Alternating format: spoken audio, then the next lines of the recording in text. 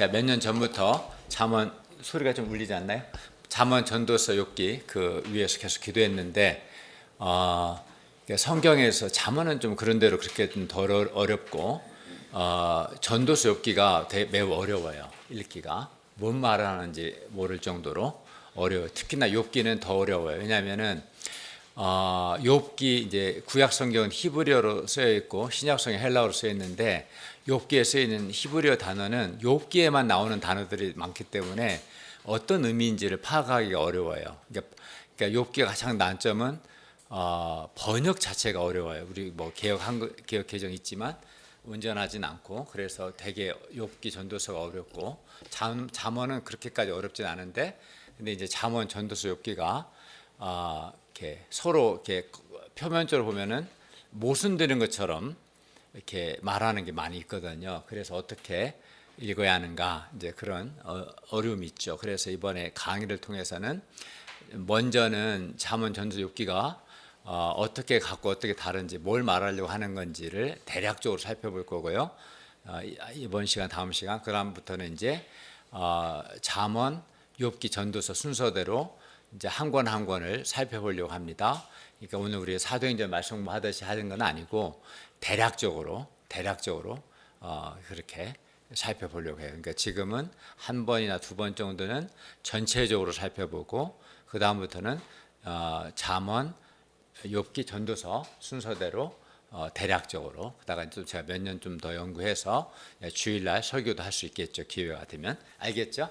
자 그러면 이게 목차를 먼저 보여줄게요. 이제 고대 근동의 지혜 두 가지 지혜 여기서 이제 규범적인 지혜, 반성적 지혜란 말 했는데 잠언의 지혜를 규범적 스탠더드가 되니까 그게 그런 의미로. 근데 이제 반성적 지혜는 뭐냐면은 잠언의 지혜를 한번 되돌아보는 차원의 지혜, 의문을 제기한다는 차원에서 반성적이란 말 썼거든요. 예를 들어서 그러니까 이제 의인은 형통한다, 의인은 복을 받는다, 의인은 잘 된다.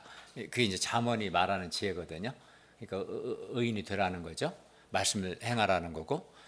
근데 이제 그게 스탠더드가 되는 지혜죠. 근데 욥기를 보면 욥은 의인이었는데 고난을 받죠. 그러니까 안 맞는 게 있는 거죠. 실제로는 애외가 있는 거야. 그래서 과연 잠언에서 말하는 지혜가 꼭 그대로만 있는 거냐? 그렇지 않은 요소도 있거든요. 그래서 잠언적인 지혜, 규범적 지혜를 한번 되돌아본다는 의미에서 반성적 지혜 이렇게 말했거든요. 이따 이제 좀 자세하게 설명하겠습니다. 그리고 잠언 파트 2 잠언 욥기 전도 상호작용. 이제 신의 하나님의 절대 주권 또는 하나님의 절대선, 인과응보 뭐 이런 것들을 이제 살펴볼 건데 이제 하나님 절대 주권은 뭐냐면은 하나님이 모든 걸 통치하신다 이 말이거든요. 절대 주권이란 말은. 근데 하나님이 어떻게 통치하시냐? 잠언은 하나님이 정해놓은 패턴, 규범이 있다. 그리고 그 규범대로 통치하신다 이렇게 말하는 거거든요. 예를 들어서 이제 가령 잠언을 보면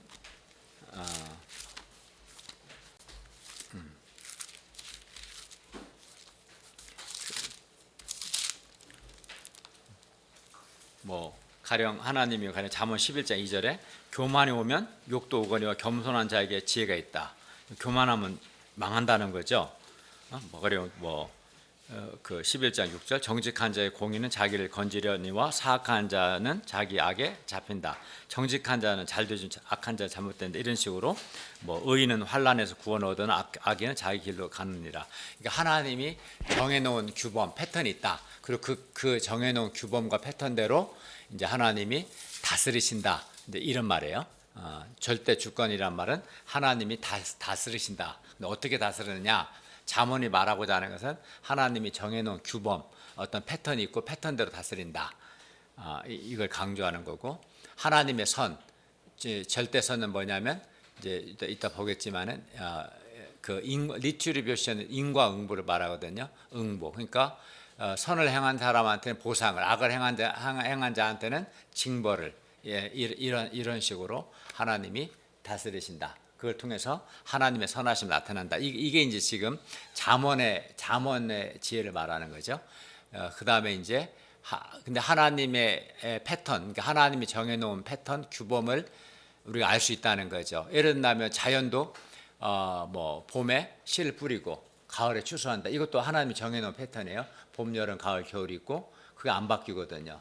그 패턴을 알고 패턴대로 농사를 지어야지. 가령 가을에 씨를 뿌린다 하면 되겠어요?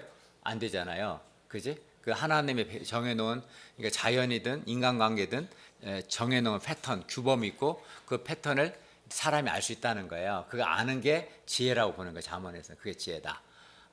그리고 잠언은 지금 여기서 지금 잠언의 지혜를 말하는 잠언은 생명이 좋은 거고 죽으면 나쁜 거, 건강한 게 좋은 거고 질병 걸린 건 나쁜 거, 진실한 게 좋은 거, 거짓이 나쁜 거, 사랑이 좋은 거, 미움은 나쁜 거, 이런 식으로 좀 이분법적으로 이야기합니다.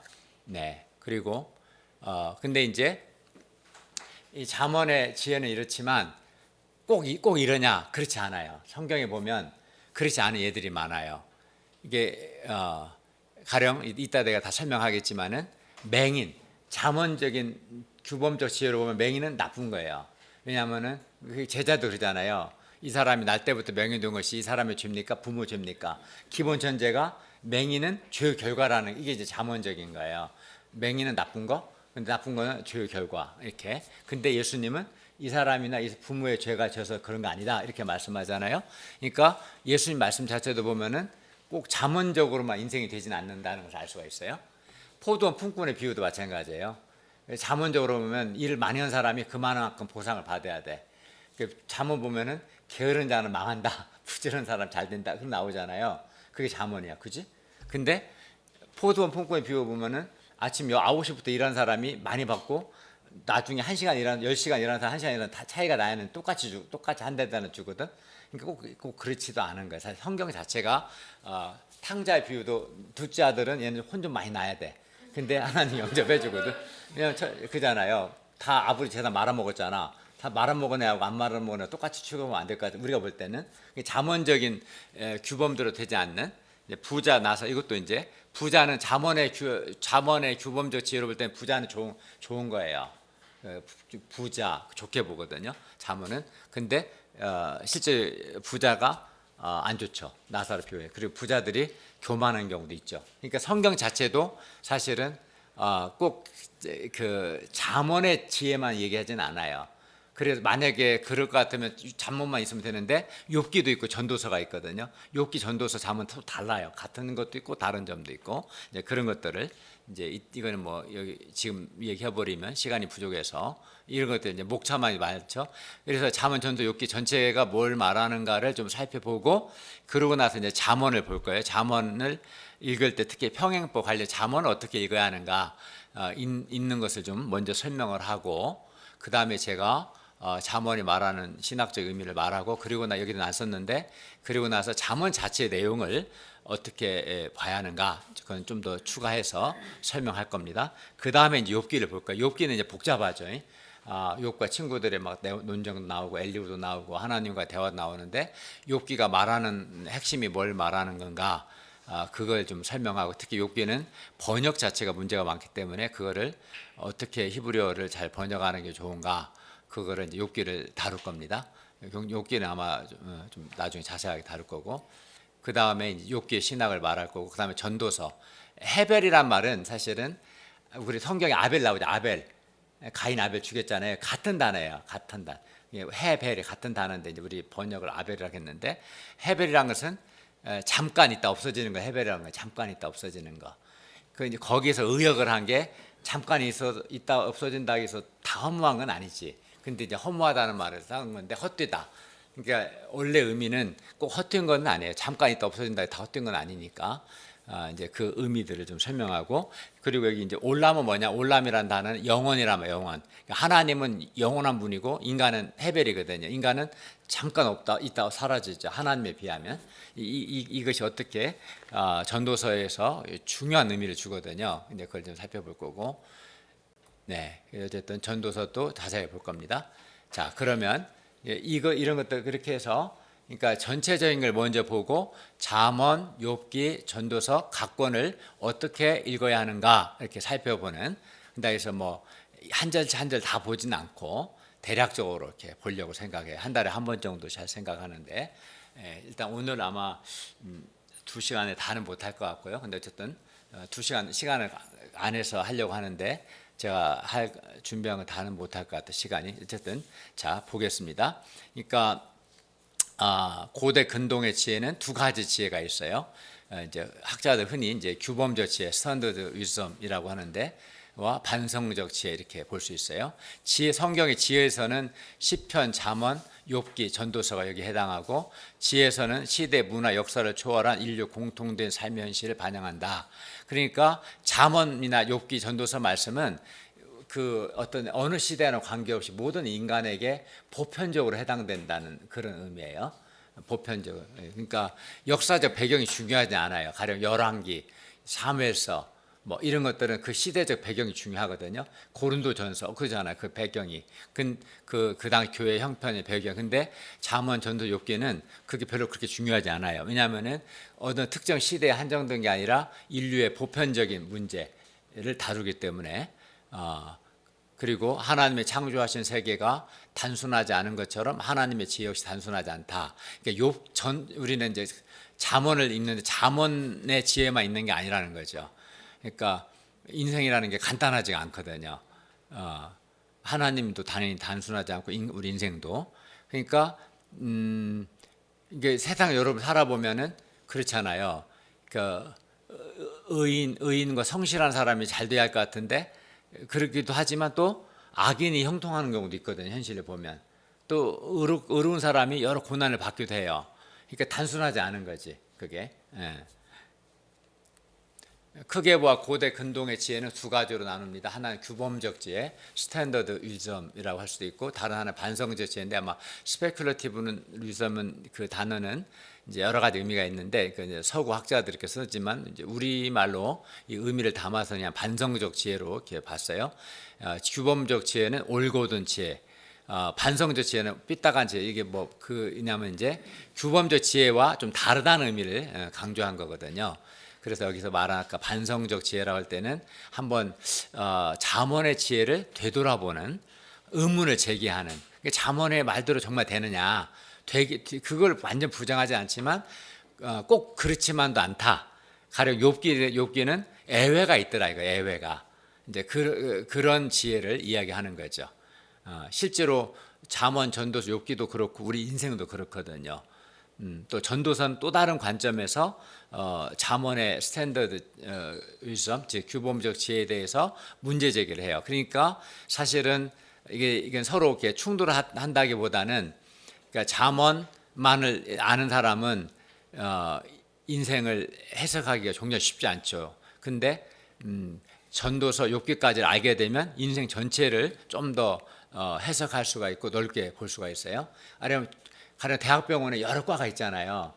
동네 의원은 과 하나인데 대학병원을 가는 게 훨씬 좋죠.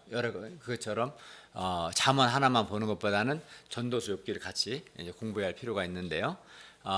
규범적 지혜의 가장 중요한 명제는 아까 그 잠언이 규범적 지혜고, 욥기와 전도서는 반성적 지혜를 말하고 있거든요.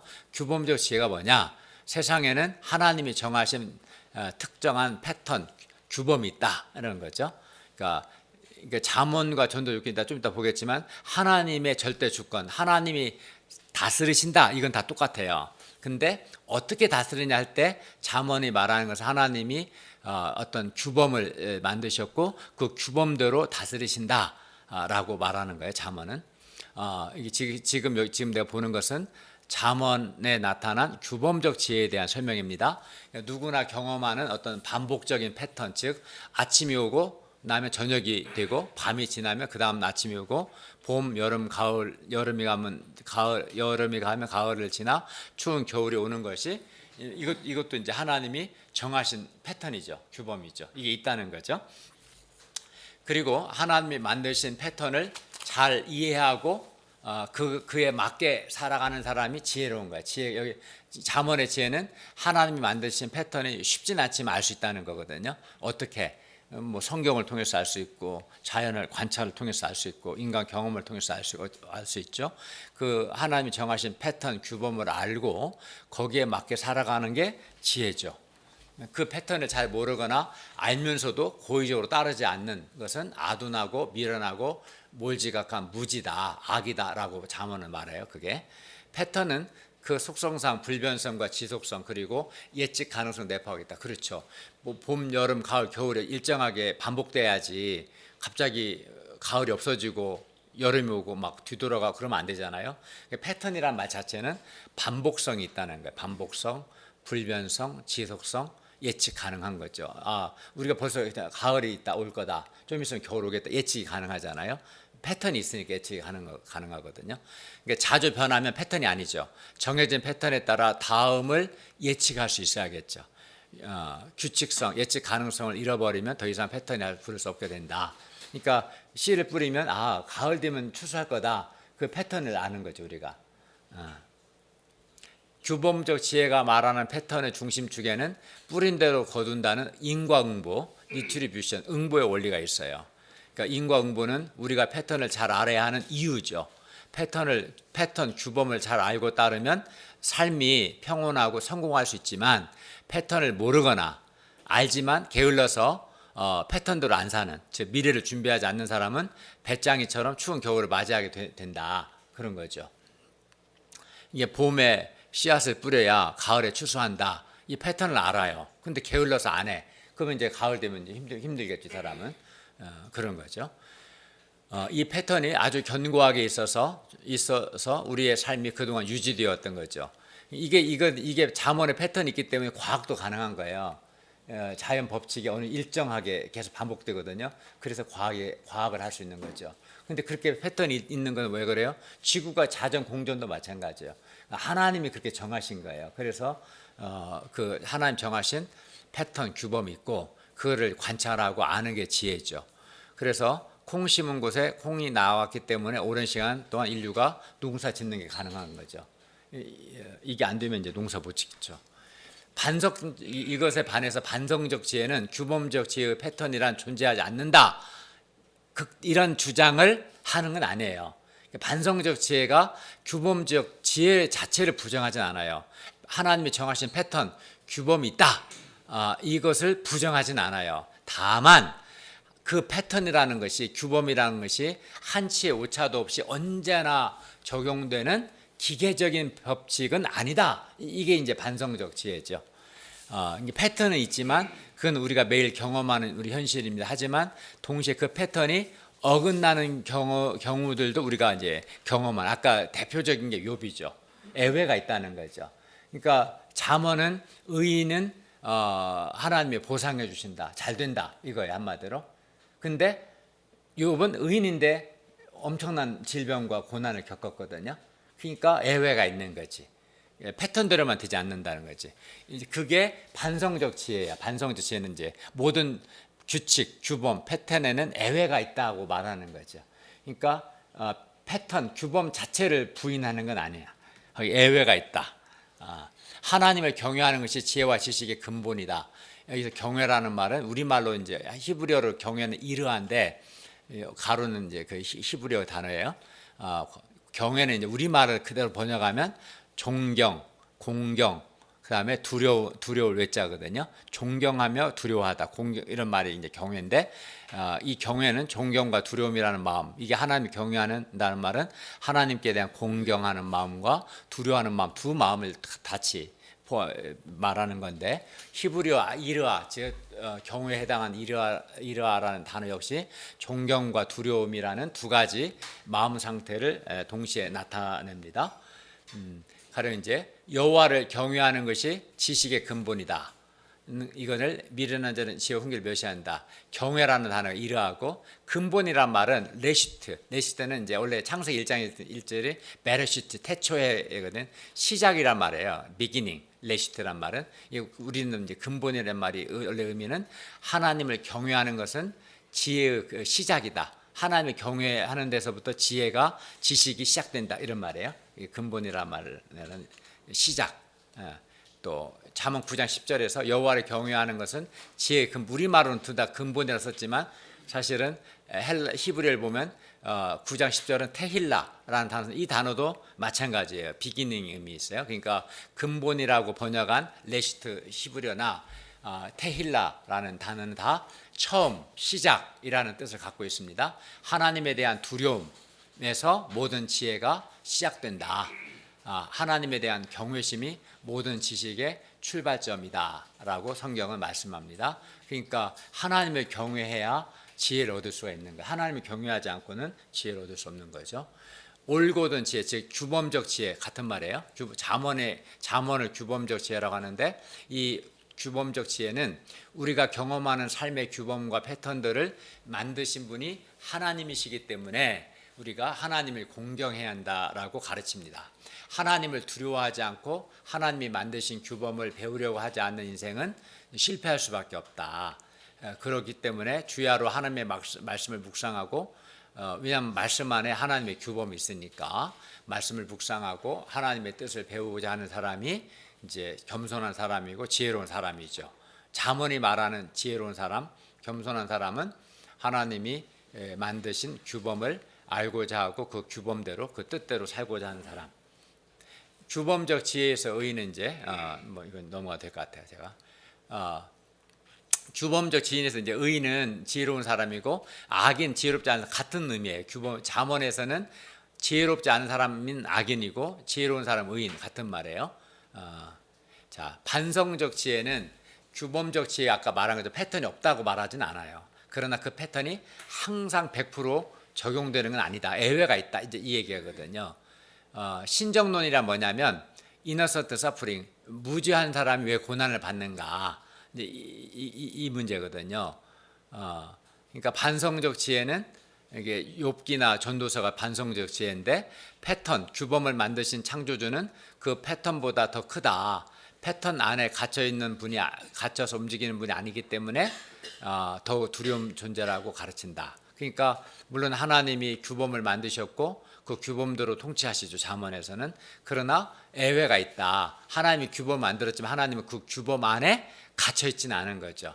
규범을 뛰어넘어서도 일하실 수 있는 분이고 만약 하나님께서 특정한 방식대로만 움직이신다면 우리는 공식만 잘 외우면 되겠죠. 하지만 공식대로만 되는 것이 아니기 때문에 우리는 하나님의 뜻이 무엇인지 끊임없이 물을 수밖에 없고 하나님 앞에 무릎을 꿇을 수밖에 없다. 그렇죠. 그러니까 하나님은 규범을 만드셨지만 딱 그 규범대로만 일하시는 건 아닌 거예요. 그렇기 때문에 때마다 겸손해야 하고 이제 하나님의 뜻을 물어야겠죠. 이것이 반성적 지혜가 말하는 겸손한 인간이고 지혜로운 사람이죠. 그러니까 규범적 지혜에서는 하나님 만든 패턴을 알 수가 있고 패턴을 알고 패턴대로 하면 돼요. 근데 반성적 지혜는 달라요. 하나님 패턴을 만드셨지만 패턴대로만 일하시는 건 아니기 때문에 때마다 물어봐야 돼요. 그게 지혜고 그게 겸손이에요. 그러니까 성경에서 지혜라는 단어, 겸손이라는 단어 쓰지만 규범적 지혜가 말하는 겸손과 지혜의 의미와 반성적 지혜에서 말하는 겸손과 지혜의 의미는 달라요. 같은 단어를 쓰지만 의미가 다른 거지. 그러니까 그 잠언 같은 규범적 지혜에서는 하나님이 규범을 만드셨고 패턴을 만드셨고 그대로 그걸 통해서 일하신다. 가장 중요한 패턴 중 하나 인과응보죠. 근데 그러니까 그러면 그 패턴을 알고 패턴대로 하는 게 지혜고 겸손이야. 근데 반성적 지혜에서는 하나님이 패턴을 만드셨지만 꼭 패턴대로만 일하시는 건 아니에요. 그러니까 패턴을 아는 게 지혜가 아니라 패턴대로 안 될 때 하나님께 묻는 거지. 그게 지혜고 그게 겸손인 거지. 그래서 이것이 이제 반성적 지혜가 말하는 겸손하고 지혜로운 사람이다. 반면 규범적 지혜에서는 주야로 이제 하나님의 말씀 묵상함으로 그 말씀 안에 담긴 하나님의 뜻을 배우고자 노력한 사람이 겸손한 사람이 지혜로운 사람이다. 그러니까 겸손과 지혜 같은 단어를 써도 의미가 다르다. 반성적 규범의 예를 들어서 전도서 8장 14절 이런 말씀이 있어요. 세상에서 이건 이제 제가 밑에 거 이렇게 우리 위에 거는 개역 개정이고 이건 제가 이제 송문홍 교사 저기 전도서 욥기 강의를 제가 온라인 강의를 들었는데 그분이 우리나라에서 거의 뭐 히브리어는 가장 능통한 분이거든요. 그 시카고 대학에서 고대 근동학 공부했고 지금 신대원 교수하시는데 그걸 좀 할게요. 왜냐하면 이 번역이 좀 더 히브리를 정확한 번역이 위에 것은 개역 개정이고 아래 거는 이제 그 제가 공부한 건데 가령 전도서 8장 14 아래 거로 보겠습니다. 이 땅에서 행해진 헤벨이 있다. 헤벨이란 단어를 헛되다고로 번역했는데 그렇게 하면 안 되죠. 왜냐하면 헤벨은 잠깐 있다 없어지는 걸 헤벨이라고 했지만 가령 아침 안개 같은 거, 아침 안개가 해가 뜨면 없어지잖아요. 그리고 겨울에 그 창가에 후 불면에 뭐가 써야 글자 쓰잖아요. 조금씩 없어지잖아요. 이런 게 이제 헤벨인 거야. 그 숨이라는 입김, 숨 이런 말이에요. 헤벨은. 그러니까 잠깐 있다 없어진다 무조건 헛되다 무조건 허무하다 할 수는 없거든요. 근데 우리는 너무 거기서 이제 잠깐 있다 없어지는 게 헤벨인데 그걸 너무 의역을 한 거지. 이제 물론 헛된 것도 있어요 실제로. 그렇지만 모든 게 다 헛되다고 할 수 없어요. 그래서 이제 그냥 히브리어대로 쓴다면 이 땅에서 행해지는 헤벨이 있다. 여기 헤벨은 본래적 의미는 잠깐 있다 없어지는 것이 있다. 악인들에게 벌어진 일이 생기는 의인들이 있고, 그러니까 악인들에게 벌어진 일이 의인에게 있어요. 생겨요. 또 의인들에게 벌어지는 일이 생긴 악인이 있어요. 그러니까 악인에게 벌어지는 일은 나쁜 거잖아. 나쁜 것이 의인에게 일어날 수 있다는 거고, 의인들에게 벌어지는 일은 좋은 일이 하는데 이것이 악인에게 있다는 거지. 실제로 이제 전도서는 그 얘기를 하는 거예요. 그잖아. 실제 그런 일 있잖아요. 악한데 너무 잘 나가. 그지? 의인인데 막 너무 잘 안 나. 이런 일도 있잖아. 그러니까 이런 게 이제 반성적 지혜야. 그러니까 규범적 지혜는 의인은 잘 돼야 돼. 악인 나 망해야 돼. 근데 현실을 보니까 사람 막 죽였는데 뭐 잘 살다가 죽잖아요. 그잖아. 그런 일이 있는 거야 이게 세상이. 이제 그게 이제 반성적 지혜예요. 꼭 보니까 규범적 지혜대로만 인생이 되지는 않더라. 가장 아까 말한 가장 대표적인 게 이제 여기 욥이야 욥. 그러니까 욥 자신이 대표적인 게 욥은 정말 의인이에요. 욥은 야고보서 에스겔 성경이 인정하는 의인이에요. 성경이 인정한 의인이 몇 명 안 돼요. 욥, 다니엘 또 누구 한 명이 더 있었는데 어쨌든 몇 사람 안 돼요. 그 정도로 엄청난 의인인데 근데 그 의인이 고난을 받아요. 그러니까는 이제 의인에게 악인에게 일어날 고난이 일어난 거야. 욥 같은 경우는 또 어떤 악인은 의인에게 일어날 건강과 이런 게 있어요. 그냥 건강하고 막 잘 돼, 자식도 잘 되고 그런 일이 있을 수 있는 거야. 현실을 보면 그게 이제 반성적 지혜죠. 욥의 대답. 욥도 이런 말해요. 21장은 욥이 한 말이에요. 욥이 한 말인데 악인이 생존하고 장수할 세력이 강하냐. 욥이 볼 때 이런 일이 있는 거야. 원래 잠언적으로 보면 악인은 빨리 죽고 빨리 망해야 돼. 근데 실제 현실을 보니까 악인이 살고 장수까지 해. 그리고 그들의 후손이 앞에서 그들과 함께 굳게 서고 자손의 목전에서 그러하다. 뭐 그들의 집이 평안하고 두려움 없고 이건 악인들에게 있는 거지. 하나님의 매가 그들 위해 임하지 않는 이런 현실이 있는 거지. 그잖아요. 그죠? 이제 물론 이게 성경은 아닌데 우리가 뭐 민족주의적인 입장에 보면은 국가를 위해서 헌신한 사람들이 잘 돼야 하잖아요. 독립운동하고. 근데 현실은 독립운동 자손들은 되게 가난하고 친일파들은 잘 살고 그렇잖아요. 공유롭진 않죠, 솔직히. 그게. 근데 어쨌든 하나님 앞에서도 마찬가지예요. 그러나 이제 현실은 그래. 그러나 이건 이제 욕기고 제가 조직신학적으로 한 말 더 해준다면, 근데 너무 그럴 건 없어요. 사실은 이제 하나님은 살아계시고 반드시 하나님은 공의를 행하시거든요. 그건 100%. 근데 어떤 사람은 살아있을 때 하나님이 공의를 행하실 수 있어요. 그 사람은 잘못하는 사람한테 징계할 수 있어요. 그게 꼭 나쁜 것만 안 해요. 그걸 통해서 회개할 수 있고 자기를 돌아볼 수가 있어요. 근데 어떤 사람은 죽을 때까지 하나님이 공의를 행하지 않을 수 있어요. 그러니까 악을 행했는데 잘 먹고 잘 사는 거야 그냥. 그럼 어때요? 그 사람은 어떤 생각, 어떻게 해석하겠어? 이렇게 해서 살기도 괜찮겠네. 그지만 결과적으로 죽은 다음에 하나님 공의를 행하죠. 그 사람은 어떻게 보면은 회개할 기회가 없는 거야. 그러니까 그게 꼭 좋은 것도 아닌 거야 사실은. 이건 살아있을 때의 모습인 거고 하나님 반드시 공의를 행해요. 공의를 시행하는 시점이 달라. 어떤 사람은 한 3년 만에 하나님이 3년 동안 참았다가 말 안 들으면 징계하실 수 있고, 어떤 사람은 20년, 어떤 25년, 어떤 사람은 50년일 수도 있고, 어떤 사람은 죽은 다음에 할 수도 있어요. 근데 하나님이 징계를 하지 않는 게 꼭 좋은 건 아닌 것이 사실은. 왜냐하면 그러면 잘못된 해석을 하거든요. 그러니까 오히려 하나님이 거기 히브리서 같은 게 보면은 하나님이 사랑하시는 자를 징계하신다 그러잖아요. 우리가 이제 성경 전체를 놓고 볼 때는, 그러나 지금은 이제 잠언과 욥기 전도사의 관계 속에서 볼 때는 잠언이 말하는 것은 의인은 형통하는 거야, 장수하고. 근데 악인은 망하는 거지. 근데 욥이 볼 때도 그렇고 현실도 볼 때도 그렇고 꼭 그렇지만 않더라. 이제 그거를 말하는 게 반성적 지혜인 거예요. 애외가 있더라, 그걸 말하는 거죠. 근데 그렇게 그러면은 이제 우리가 좀 더 현실을 조금 더 정확하게 해석할 수 있죠.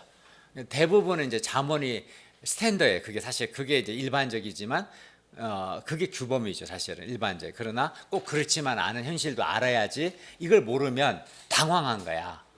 이걸 알아야 당황하지 않을 수 있어요.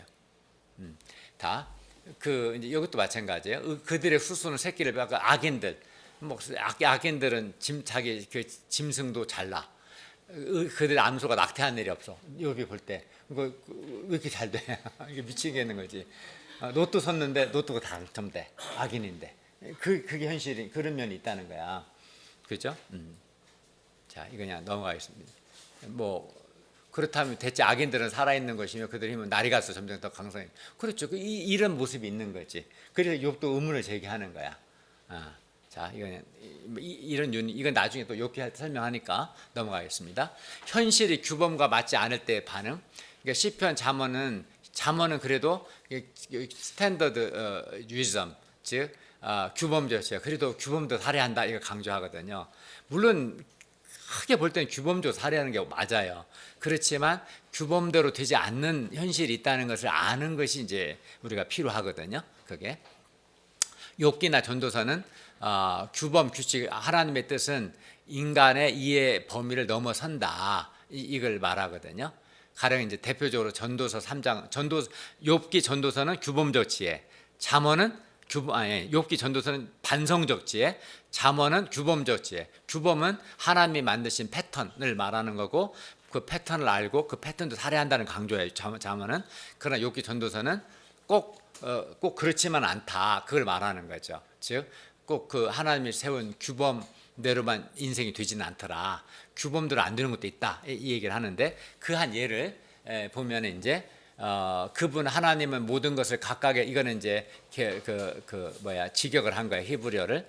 그분은 모든 것을 각각의 때 적절하게 아름답게 만드셨다. 게다가 그들의 중심에 영원을 주셔. 영원이란 말 올람이거든요. 올람과 헤벨이 서로 반대되죠. 올람은 영원한 거, 헤벨은 잠깐 있어 없어지는 것을 주셨다. 그로 인해 사람은 하나님께서 하시는 일의 처음부터 끝까지를 알 수 없다.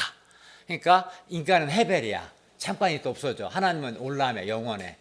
그러니까 헤벨의 영혼을 파악할 수 없잖아. 영혼이 살아야 알 텐데 하나님 다 알 수 없다는 거, 인간 근본적으로. 이해 가요? 가령 하루살이 있잖아요. 그 곤충인가? 하루 있다가 죽는 게 소가 어떻게 소의 생태에 알 수 있게 모르지. 너무 짧으니까. 그러니까 마찬가지로 인간은 헤벨. 잠깐 있다 없어지겠는데 하나님은 영원한 분이거든. 올람. 그래서 알 수 없다는 거야, 인간이. 근데 잠언은 알 수 있다고 말하는 거야. 잠언은 성경이나 또는 자연이나 인간 역사를 통해서 하나님이 정해놓은 규범을 알 수 있다. 이게 알 수 있다. 그리고 알 수 있을 뿐만 아니라 그 규범대로 사는 것이 지혜다. 이게 이제 잠언이 말하는 규범적 지혜야. 근데 방금 전도서는 기본적으로 먼저 인간은 헤벨이기 때문에 하나님은 올람, 영원이시기 때문에 알 수 없다고 말하는 거예요. 알 수 없다. 이해가요? 그러니까 잠언이 말하는 것과 전도서가 말하는 것이 같아요, 달라요? 다르지. 그렇죠. 패턴을 잠언은 알 수 있다. 전도서는 헤벨인 인간이 올람인 하나님 알 수는 없다. 이런 거 한마디로 말해서, 반성적 지혜는 규범적 지혜의 패턴이 없다고 말하는 건 아니에요. 아까도 말했지만 없다는 게 아니에요. 하나님은 패턴을 만드는 패턴들 다스리시는데 문제는 패턴이 100% 항상 적용되는 건 아니다. 이걸 말하는 거예요. 이걸 아는 사람은 이제 우리가 인생을 살다 보면 내가 믿음으로 의롭게 사는데 일이 잘 안 될 수도 있어. 몸이 아플 수도 있고. 그때 이제 당황하지 않을 수 있죠. 근데 이제 잠언만 알고 욥기나 전도서 말씀을 모르면, 욥기를 모르면 이해가 안 가는 거지, 현실이. 나는 믿음으로 의롭게 살고 됐었는데 왜 나한테 이런 고난이 있는가, 이해를 못 하는 거예요. 그럴 수 있다고 말하는 욥기는. 이해가죠? 이렇게 신종론 아까 얘기했고, 그다음 이제 오늘 이제 핵심적인 내용은 이거거든요. 이걸 좀 중심으로 아마 다는 못하고 좀 하고 다음 시간에 또 할게요. 잠언, 욥기, 전도서의 상호작용, 이게 이제 중요한, 이걸 먼저 제가 한 주, 두 주 정도 하고, 그 다음부터 이제 이걸 파악을 하고 나서 또 잠언, 전도, 욥기를 하고 또 각 권의 책을 설명하면서 한 번 더 강조할 거예요. 이해가죠? 그렇게 해야 여러분이 아마 이해하는 데 도움이 될 것 같아서 잠언, 전도, 욥기가 말하는 것을 먼저 설명하고 잠언, 전도, 욥기 각 권을 설명하고 다시 한번 또 설명하는 식으로. 그럼 이제 잠언의 신학, 규범적 지혜는 신의 절대 주권, 그러니까 주권이란 말은 하나님이 통치하신다, 하나님이 모든 걸 다스리신다, 이런 말인데, 근데 이것은 이제 하나님이 잠언이 말하는 규범적 지혜는 하나님이 어떤 정해놓은 패턴, 규범이 있다. 아까 봄, 여름, 가을, 겨울처럼. 그리고 하나님은 그 패턴대로 다스리신다. 이게 이제 잠언이 말하는 거예요. 그러니까 지혜로운 사람은 하나님이 만들어 놓은 정해놓은 패턴을 빨리 파악을 하고 패턴대로 따라가야 게 지혜로운 사람이겠지. 근데 이제 하나님의 절대, 그러니까 하나님의 주권, 하나님이 주권자다, 하나님이 다스리신다. 이거는 잠언, 욥기, 전도도 다 인정해요. 근데 물론 이제 범위는 좀 다른데. 근데 하나님의 절대선, 신 여기서는 하나님의 절대선, 위에는 절대중 갓니스, 하나님 되심, 굿니스, 하나님의 선하심을 말하는 게 하나님의 절대선인데, 그럼 하나님이 어떻게 다스리냐? 잠언의 규범적 지혜는 하나님은 인과응보 또는 권선징악을 통해 다스리신다, 이렇게 보는 거지. 가령 그 예가 뭐예요? 지혜자 또는 의인에게는 하나님의 보상과 보답이 있을 거다. 그리고 악인, 멍청한 자에게는 여기 멍청이 IQ가 낮다, 그게 아니라 하나님의 정해놓은 패턴을 관심도 없고 알려고 하지 않고 알지도 못하는 자를, 그런 자를 말하는 거예요. IQ를 말하는 게 아니라. 잠언에 말하는 멍청하다는 말은 멍청 악인에게는 하나님의 징벌이 있을 거다. 그러니까 그걸 통해서 하나님의, 그러니까 인과응보로 권선징악을 통해서 하나님의 세상을 다스리시고 그걸 통해서 하나님의 선하심을 나타내는 거예요. 자, 여기 리트리뷰션은 한마디로 응보, 징벌, 보복, 인과응보를 가리키는 표현이라고 보면 되겠어요. 그러니까 하나님은 잠언의 규범적 지혜는 하나님은 세상을 다스리시는데 인과응보의 방식으로 다스리신다. 그렇기 때문에 우리가 하나님에 대한 경외, 두려움을 가져야 하는 거예요. 왜냐하면 내가 악을 행하면 하나님이 징계가 있어요. 선을 행하면 하나님의 보상이 있어. 그러기 때문에 어때요? 하나님을 내가 두려워하는 거고 경외하는 거지. 이해가죠? 그러니까 우리 세상에서도 그잖아요. 내가 여러 법규가 있잖아요. 법을 어기면 그에 합당한 처벌이 있기 때문에 사람들이 조심하잖아요. 또 내가 왜 하나님이 정하신 패턴을 아래하는가? 왜냐하면 하나님이 인과응보로 하나님이 정하신 규범이 있고 그 규범대로 행하는 자에게는 이렇게 보상으로, 그 규범대로 행하지 않는 자에는 징계로 다스리시기 때문에, 그러면 어떻게 돼요? 하나님 정하신 패턴을 아래하겠죠. 그 아는 자가 지혜로운 자라는 거예요. 자, 그 다음에 인간은 근데 이제 하나님 패턴을 쉽지는 않지만 알 수 있다는 게 잠언이에요. 아까 그 전도서는 알 수 없다는 거예요. 왜? 인간은 해별이고 하나님은 올람 영혼이기 때문에. 근데 잠언은 알 수 있다. 쉽지 않지만 알 수 있다. 어떻게? 특별 계신 성경과 일반 계신 자연 관찰과 경험을 통해 알 수 있고, 성경을 통해서 하나님이 정해놓은 패턴, 규범을 알 수 있다. 그게 잠언. 알 수 없다. 그거는 전도서. 근데 욥기는 알 수는 있지만 예외가 있다. 욥기 조금씩 다르는 거야.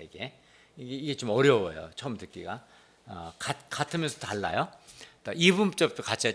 지금 우리는 뭐 하고 있냐면 잠언이 말하는 규범적 지혜에 대해서 지금 이야기하고 있어요. 규범적 지혜는 좀 이분법적이에요. 이분법이란 말은 생명과 멸망, 생명과 죽음, 생명은 좋은 거, 죽음은 나쁜 거, 이런 식으로. 치료, 건강은 좋은 거, 질병은 나쁜 거, 진실은 좋은 거, 거짓은 나쁜 거, 사랑 좋은 거, 미움 나쁜 거. 이게 딱 이게 이분법으로 보는 거죠. 이게. 근데 이제 인생은 꼭 그렇게만 볼 수 없는 건 있거든. 사실은 뭐 어떤 사람은 착하다. 근데 그 사람은 완벽하게 착하지만은 않거든. 그 착한 사람한테도 악이 있을 수 있고 악한 사람이지만 그에게도 좋은 면이 있을 수 있거든요. 그렇잖아요. 근데 어쨌든 잠언은 기본적으로 이분법적으로 보는 거야. 겸손, 교만 이런 식으로.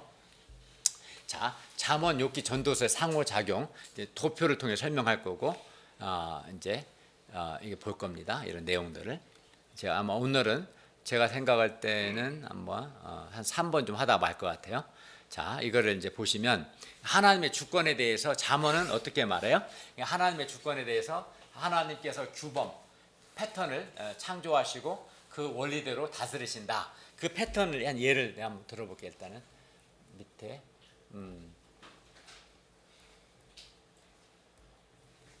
뒤쪽에다 설명했네 제가. 어디 갔지? 예를 들어서 이제 이런 거죠. 여호와께서 의인의 영혼은 줄이지 않게 하시나 악인의 소욕은 물리치신다. 이게 하나님 정해놓으신 규범인 거야. 손을 게으르게 놀리는 자는 가난하게 되고 손이 부여하는 자는 부하게 된다. 그렇죠? 또는 의인의 입은 생명의 샘이고 악인의 입은 독을 머금었다. 이런 말. 또는 의인의 수고는 생명이 이르고 악인의 소득은 죄에 이른다. 이게 다 하나님이 정해놓은 규범, 패턴인 거야. 훈계를 지키는 자는 생명길로 행하여도 징계 버리는 자는 잘못된 길로 갈 거다. 하나님의 경외함은 장수하지만 악인의 수명은 짧다. 뭐 이런 거. 교만이 오면 욕도 오거니와 겸손한 자가 지혜가 있다. 이런 거. 정직한 자의 성실은 자기를 인도하거니와 사악한 자의 패역은 자기를 망하게 한다. 재물은 진노하는 날에 무익하나 공의는 죽음이 건진다. 이런 말들. 악인은 죽을 때 소망이 끊어지지만 불의의 소망이 소망 끊어지나 불의의 소망이 없어진다. 의인은 악인과 달리 의인은 환난에서 구원을 얻는다.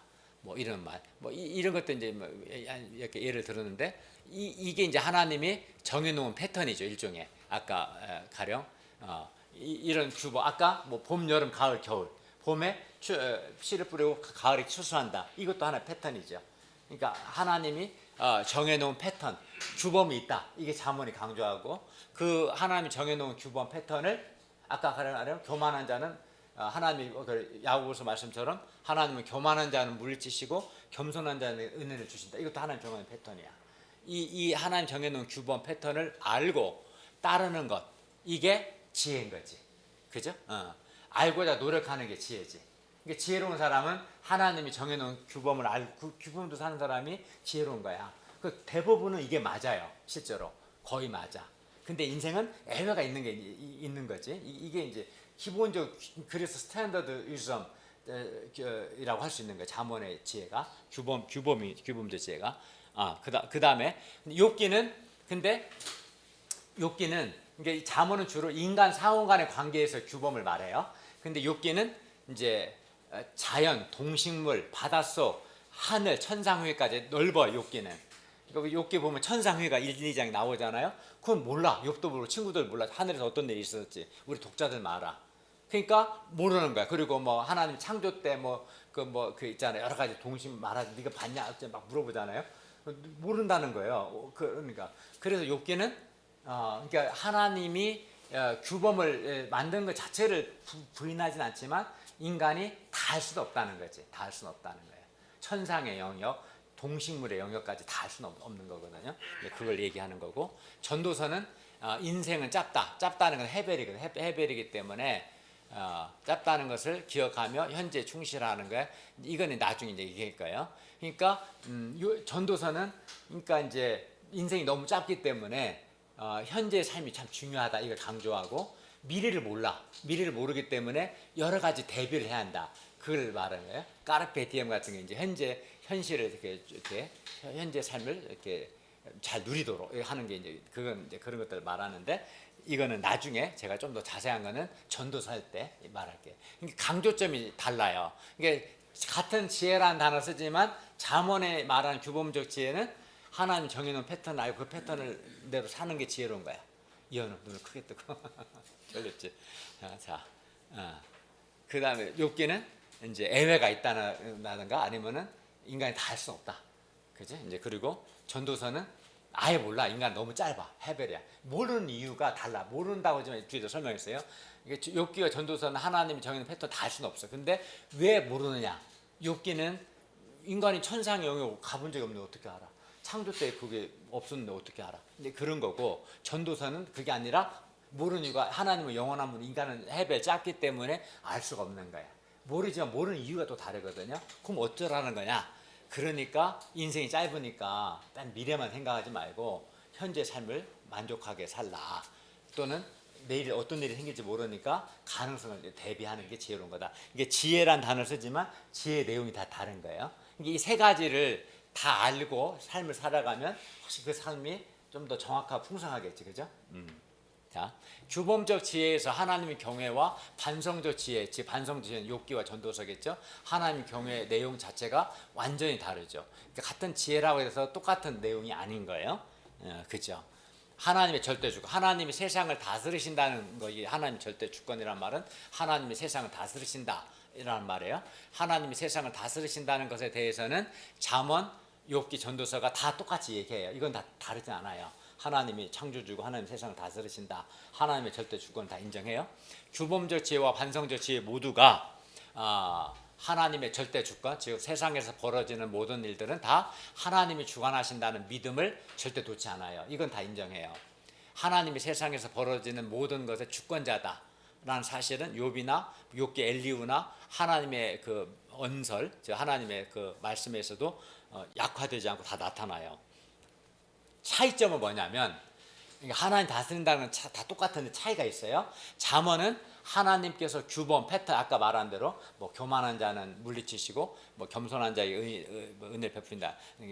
하나님께서 규범, 패턴을 창조하시고 그 원리로 다스리는 거야. 잠언은 이제 이게 다스리긴 다스리시는데 어떻게 다스리느냐? 하나님 아까 뭐 봄, 여름, 가을, 겨울이 자연이든 뭐 인간사든 뭐 아까 잠언 11장 10장 읽은 것처럼 이런 말씀들처럼 그런 규범 패턴을 창조하셨고 그 패턴 규범대로 다스리신다는 거야. 근데 욥기에서는 하나님이 다스리신데 잠언은 주로 인간 사회를 다스리는 걸 주로 얘기해. 잠언은. 근데 욥기는 인간의 생활만 다스리는 게 아니라 모든 걸 다 다스리시는. 그래서 창조 이야기가 많이 나오죠. 그게 욥기는 하나님께서 훨씬 더 넓은 세계, 인간이 이해하지 못하는 세계까지 다스리신다는 사실을 절대로 잊어버리지 말라 말하는 거죠. 욥기는 하나님은 우리가 알고 있는 영역, 인간관계 영역보다 훨씬 더 큰 영역, 하늘과 동식물 창조 때 그런 것까지 다 다스리시기 때문에 이제 우리가 모르죠. 천상에 있었던 일을 모르는 거지. 그리고 뭐 내가 그 욥기 보면 나오잖아요. 내가 창조할 때 네가 있었냐 뭐 막 물어보시잖아요. 그건 이제 모르는 거죠. 이해 가죠? 그러니까 잠언은 패턴을 안다는 전제하에 그 패턴을 발견을 그때 하는 게 지혜로운 거지. 근데 욥기는 너무 넓은 많은 영역을 다스리기 때문에 우리 알 수 없다는 거지. 그리고 욥기 가령 하나님은 헤아릴 수 없이 큰 일을 행하시며 기이한 일을 셀 수 없이 행하신다. 여기서 이제 이거는 이제 엘리바스가 한 말인데 욥기 5장 9절은 여기서 헤아릴 수 없이 큰 일, 기이한 일이라는 표현의 의미는 기본적으로 헤아릴 수 없다. 기이하다는 말은 하나님의 운행 방식이 하나님이 다스리시는 방식이 인간의 이해를 뛰어넘는다라는 뜻이거든요.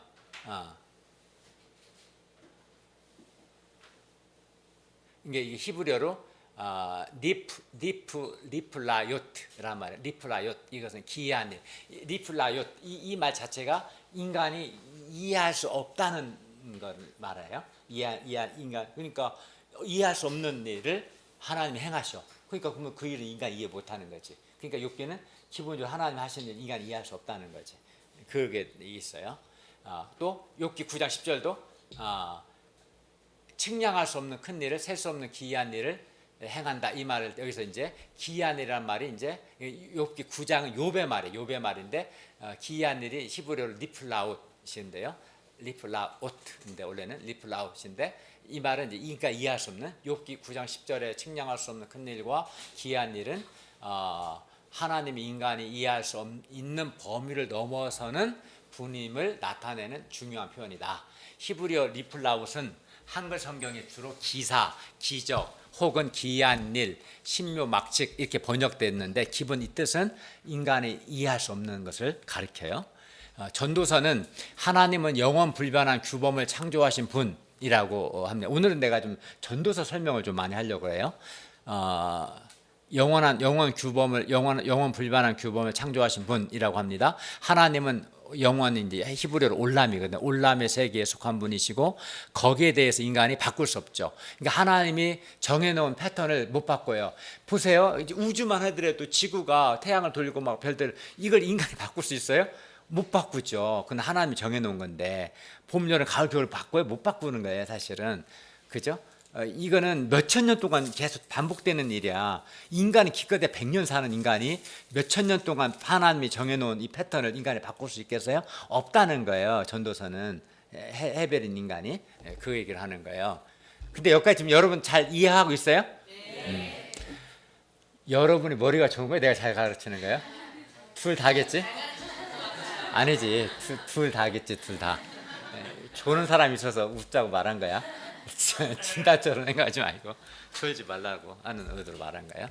어떤 점에서는 잠언보다는 욥기 전도사가 하나님께서 세상을 다스리신다. 이게 하나님 절대 주권은 하나님 다스리신다는 말이거든. 이것을 더 강조하죠. 잠언은 주로 인간 상호 간의 관계에 대해서 주로 얘기하고 있고 욥기는 공간적으로 인간뿐만 아니라 자연세계, 천상까지 말하고 있고 전도서는 더 넓어요. 전도서는 뭐 시간과 공간적 영원한 모든 걸 다 그걸 좀 강조하는 거예요.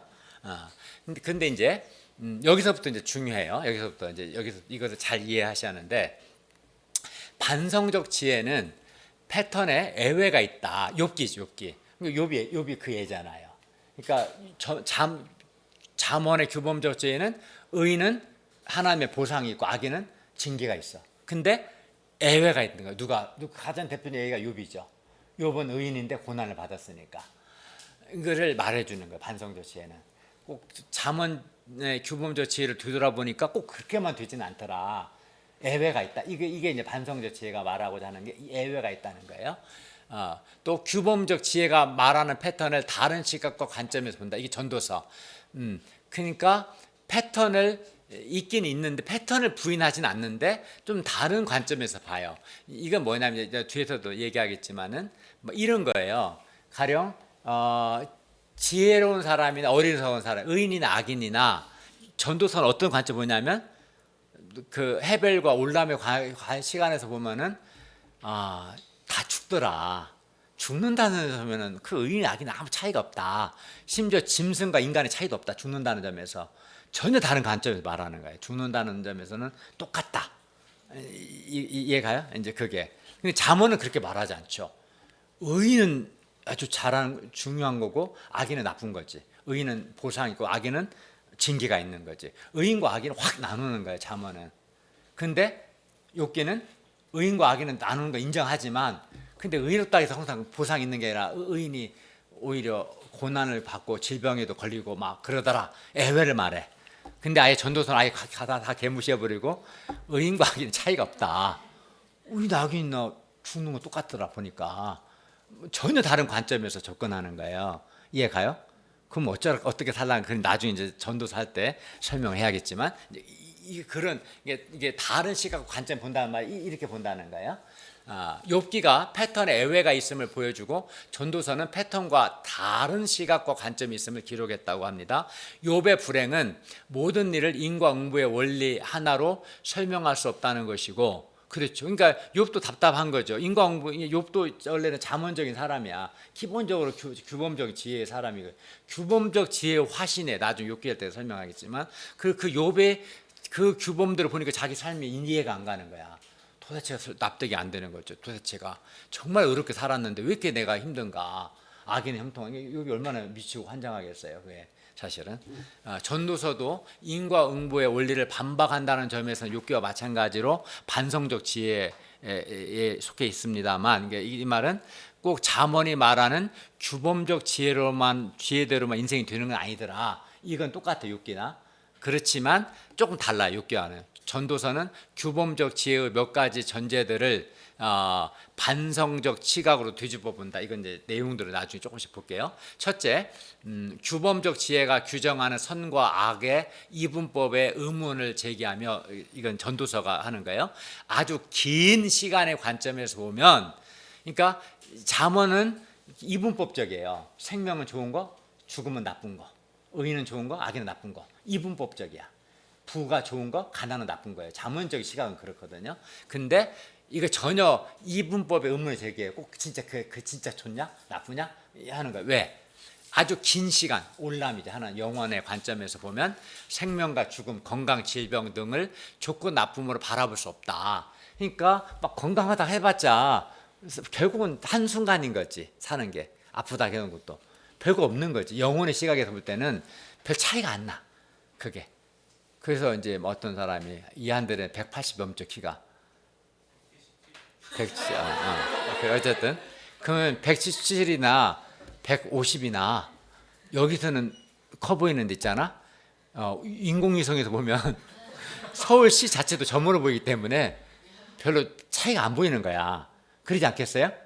그러니까 올라음의 시각에서 보면은 이게 건강한 자나 질병이나 의인의 악인이나 생명 죽음이나 똑같이 보이는 거예요. 별 큰 차이가 없다. 전혀 다른 시각에서 전도서는 또 보는 거예요. 둘째, 하나님의 무한하심과 인간의 유한성. 하나님 무한은 하나님은 올람이라는 영원하시고 인간의 유한성, 인간은 해별이라는 거죠. 잠깐 있다 없어지는 유한성을 극명하게 대비시켜서 하나님이 정하신 패턴은 영원하지만 그렇죠. 아주 짧은 인생을 기껏해 8, 90년 살거든. 인간은 100년 넘는 사람이 그렇게 드물어요. 100년은 하나님이 하면 그건 점도 안 되죠. 사실은 아주 짧은 인생을 사는 인간은 하나님이 정하신 영원한 패턴을 알 수 없다. 그거를 강조합니다. 알 수도 없고 바꿀 수 없죠. 사람이 뭐 봄, 여름, 가을, 겨울을 바꿉니까? 못 바꾸는 거죠. 잠언의 지혜는 하나님을 아는 지식에서 출발하지만 하나님을 아는 게 지식이고 그 지혜고 그대로 사는 게 지혜거든요. 근데 전도서의 지혜는 헤벨인 인간이 올람인 하나님을 알 수 없다는 무지에서 출발하는 거예요. 이게 출발이 다르고 지혜의 의미가 달라지는 거예요. 사실은. 가령 아까 이건 설명했죠. 이거는 이제 사실은 이거는 이 성경 번역이 틀린 거예요. 사실은 우리는 이거를 막 하는데 하나님이 모든 것을 지으시되 때를 따라 아름답게 하셨고 또 사람들에게 영혼을 사모하는 마음을 주셨다. 그러나 하나님이 하신 일에 시종 사람 측량할 수 없게 하셨다. 이렇게 되는데 히브리어를 직역하면 사실은 내가 이거 안 쓴 뒤에 썼을까 이런 의미는 아니거든요. 자, 여기 썼네. 원문을 히브리어를 문장 순서대로 번역하면 정확한 번역이 이겁니다. 그는 하나님이 그가 모든 것을 각각의 때 아름답게 만드셨다. 게다가 그들의 중심, 히브리어 보면 심장이거든요. 중심에 영혼을 주셨다.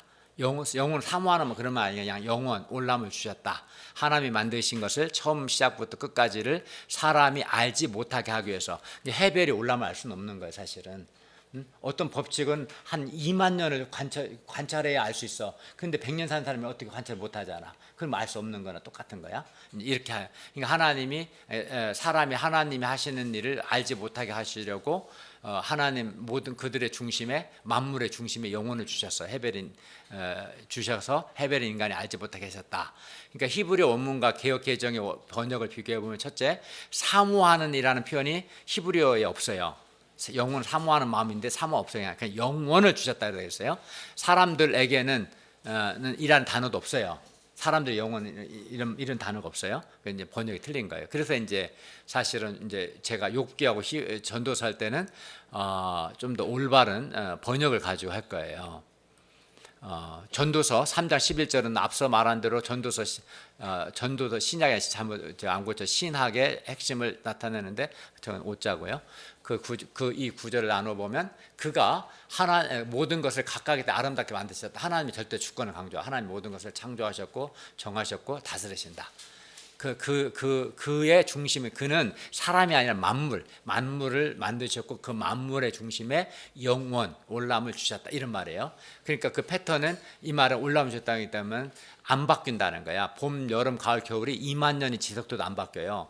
지구, 별들의 운행이 있잖아요. 안 바뀌는 거야. 왜? 만물의 중심에 올람, 영혼을 주셨다는 말은 이게 영원히 계속 반복되게 하셨다는 거야. 하나님께서. 그런 의미지 뭐 사모하는 마음 이런 말은 없어요. 히브리어에. 그도 만물의 중심을 가리키지 사람을 말하지는 않아요. 하나님의 창조의 시작과 끝을 사람들이 알지 못하게 하기 위해서 그렇게 한 거지. 이해가죠? 이거는 이제 자세한 건 나중에 제가 전도서 할 때 또 설명할 겁니다. 오늘은 이제 전체적인 것을 설명하기 위해서 얘기하는 거고요. 이 한 구절에 절대자의 무한성과 인간의 유한성을 모두 담아내고 있습니다. 하나님이 창조하신 세계는 무한하기 때문에 올람, 영원이기 때문에 헤벨인 인간은 그 처음과 끝을 알 수 없죠. 그죠? 알 수 없는 유한자일 뿐임을 강조하고 있습니다. 반성적 지혜로서 전도서는 절대자와 인간 사이의 차이를 강조해요. 하나님은 올람, 영원이고 인간은 헤벨이다. 이걸 강조하거든요. 전도서 가장 큰 전제가 유한한 인간, 헤벨인 인간이 무한한 하나님, 올람이신 하나님을 온전히 파악할 수 없다고 말하는 점에서 욥기와 맥락을 같이 합니다. 욥기와 전도서의 차이점은 하나님의 무한성, 올람과 인간의 유한성, 헤벨을 비교할 때 어떤 측면을 이게 하나님을 다 파악할 수 없다는 건 똑같은데 왜 그런가 그게 좀 달라요. 여기 보시면 욥기는 아까도 잠깐 얘기한 것처럼 공간적인 측면을 좀 부각시켜요. 즉 인간의 활동과 이해가 미치지 못하는 많은 영역이 존재한다. 잠언은 주로 인간의 영역에 주로 다 인간관계를 이야기하거든요. 잠언은. 근데 욥기는 천상의 공간. 욥기 1, 2장 보면 천상에서 일어나는 일들이거든요. 그 다음에 죽음의 세계, 야생 동물이 사는 영역 나오잖아요. 거기 배 막 그런 것들 네가 아냐 그죠? 그런 말씀하죠. 그 야생 동물 사는 영역을 비롯하여 바다 깊은 곳 너 가봤냐? 지금도 아마 아주 깊은 데 못 갈 거예요. 잠수함도 한 지하 수면 1, 2km 밑에까지는 어려울 거예요. 예를 든다면 또 가봤냐? 물어보시잖아요. 하나님이 이런 바다 깊은 곳처럼 인간의 발길이 닿지 않는 곳의 존재를 언급하죠. 욥기에 보면. 그래서 하나님에 대해 인간이 알고 있는 것은 지극히 제한적일 수밖에 없다. 그러니까 우리는 바다 깊은 곳을 몰라요. 천상을 알 수 없어요. 하늘에서 일어난 일들을. 그지? 이제 그 얘기를 말하는 거예요. 욥기의 강조점은 공간적인 측면을 알 수 없는 영역. 근데 잠언은 인간사만을 중으로 이야기하는 거예요. 그러니까 좀 많이 알 수 있죠.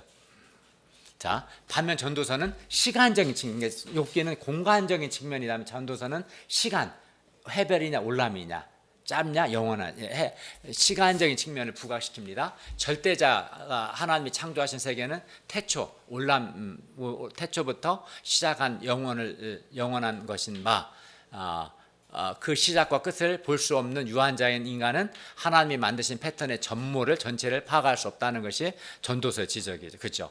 하나님은 영원이고 우리 인간은 헤벨이기 때문에 하나님의 그 창조 세계 전체를 알 수 없죠.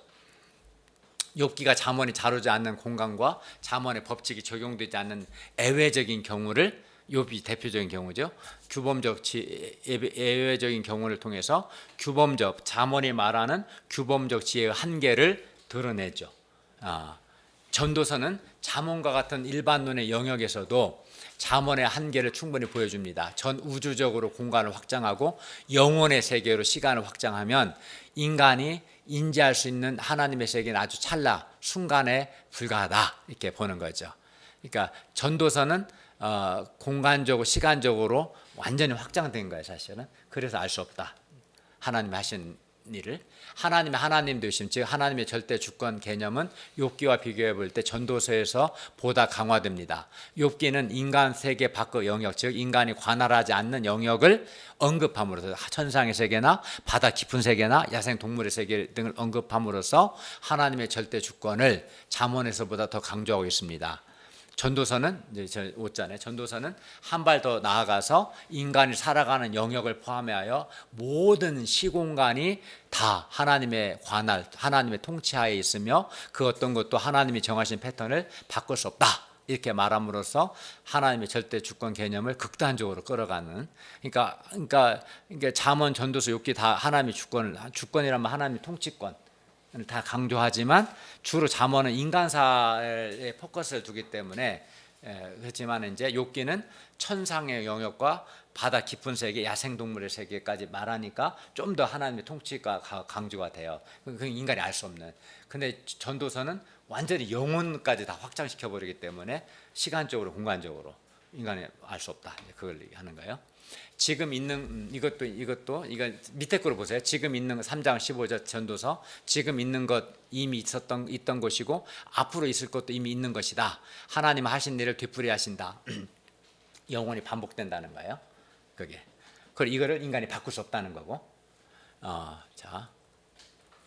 예. 하나님의 절대선. 자, 그런데 하나님의 선하시다는 건데, 그런데 하나님의 선하심을 표현하는 방식, 아까 했던 걸 또 반복하는 거예요. 잠언, 전도서, 욥기가 달라요. 잠언은 하나님이 패턴을 만들고 권선징악, 인과 응보의 원리로 다스리는, 예를 들어서 지혜, 의인에게는 하나님의 보상과 보답이, 악인, 멍청한 자에게는 하나님의 징벌을 내리는 방식으로 세상을 통치하신다. 이게 잠언이 말하는 핵심이에요. 그렇죠. 그러니까 우리 하나님을 경외하고 하나님 주신 패턴대로 살려고 노력을 해야겠죠. 교만한 자는 하나님이 물리치시, 겸손한 자 은혜를 주신다, 이렇게 말씀한단 말이에요.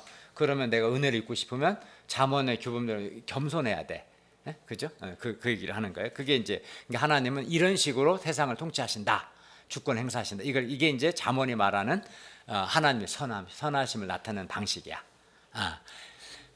아까 이건 읽었던 거야. 아까 이건 다 여러 번 했던 거. 활용 11장 8절, 의인은 환난에서 구원을 얻으나 악인은 자기 길로 간다.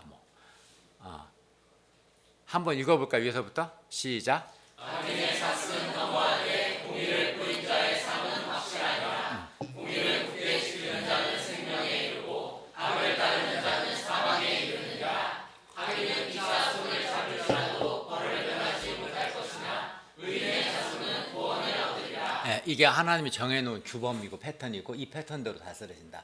이 패턴대로 맞게 하면 보상을, 이대로 안 하면 징벌을. 이게 이제 잠언이 말하는 그 하나님의 선하심을 나타내는 방식인 거예요. 훈계를 좋아하는 자, 지식을 좋아하는, 징계를 싫어하는 자 짐승과 같다. 책망 듣기 싫어하고 훈련 안 받으면 성경은 그 짐승이라고 표현하는 거예요. 의인에게는 어떤 재앙도 임하지 않거니와 악인에게는 앙화가 가득할 거다. 이런 것 등등. 다 그런 거죠. 의인의 빛은 환하게 빛나 악인의 등불은 꺼진다.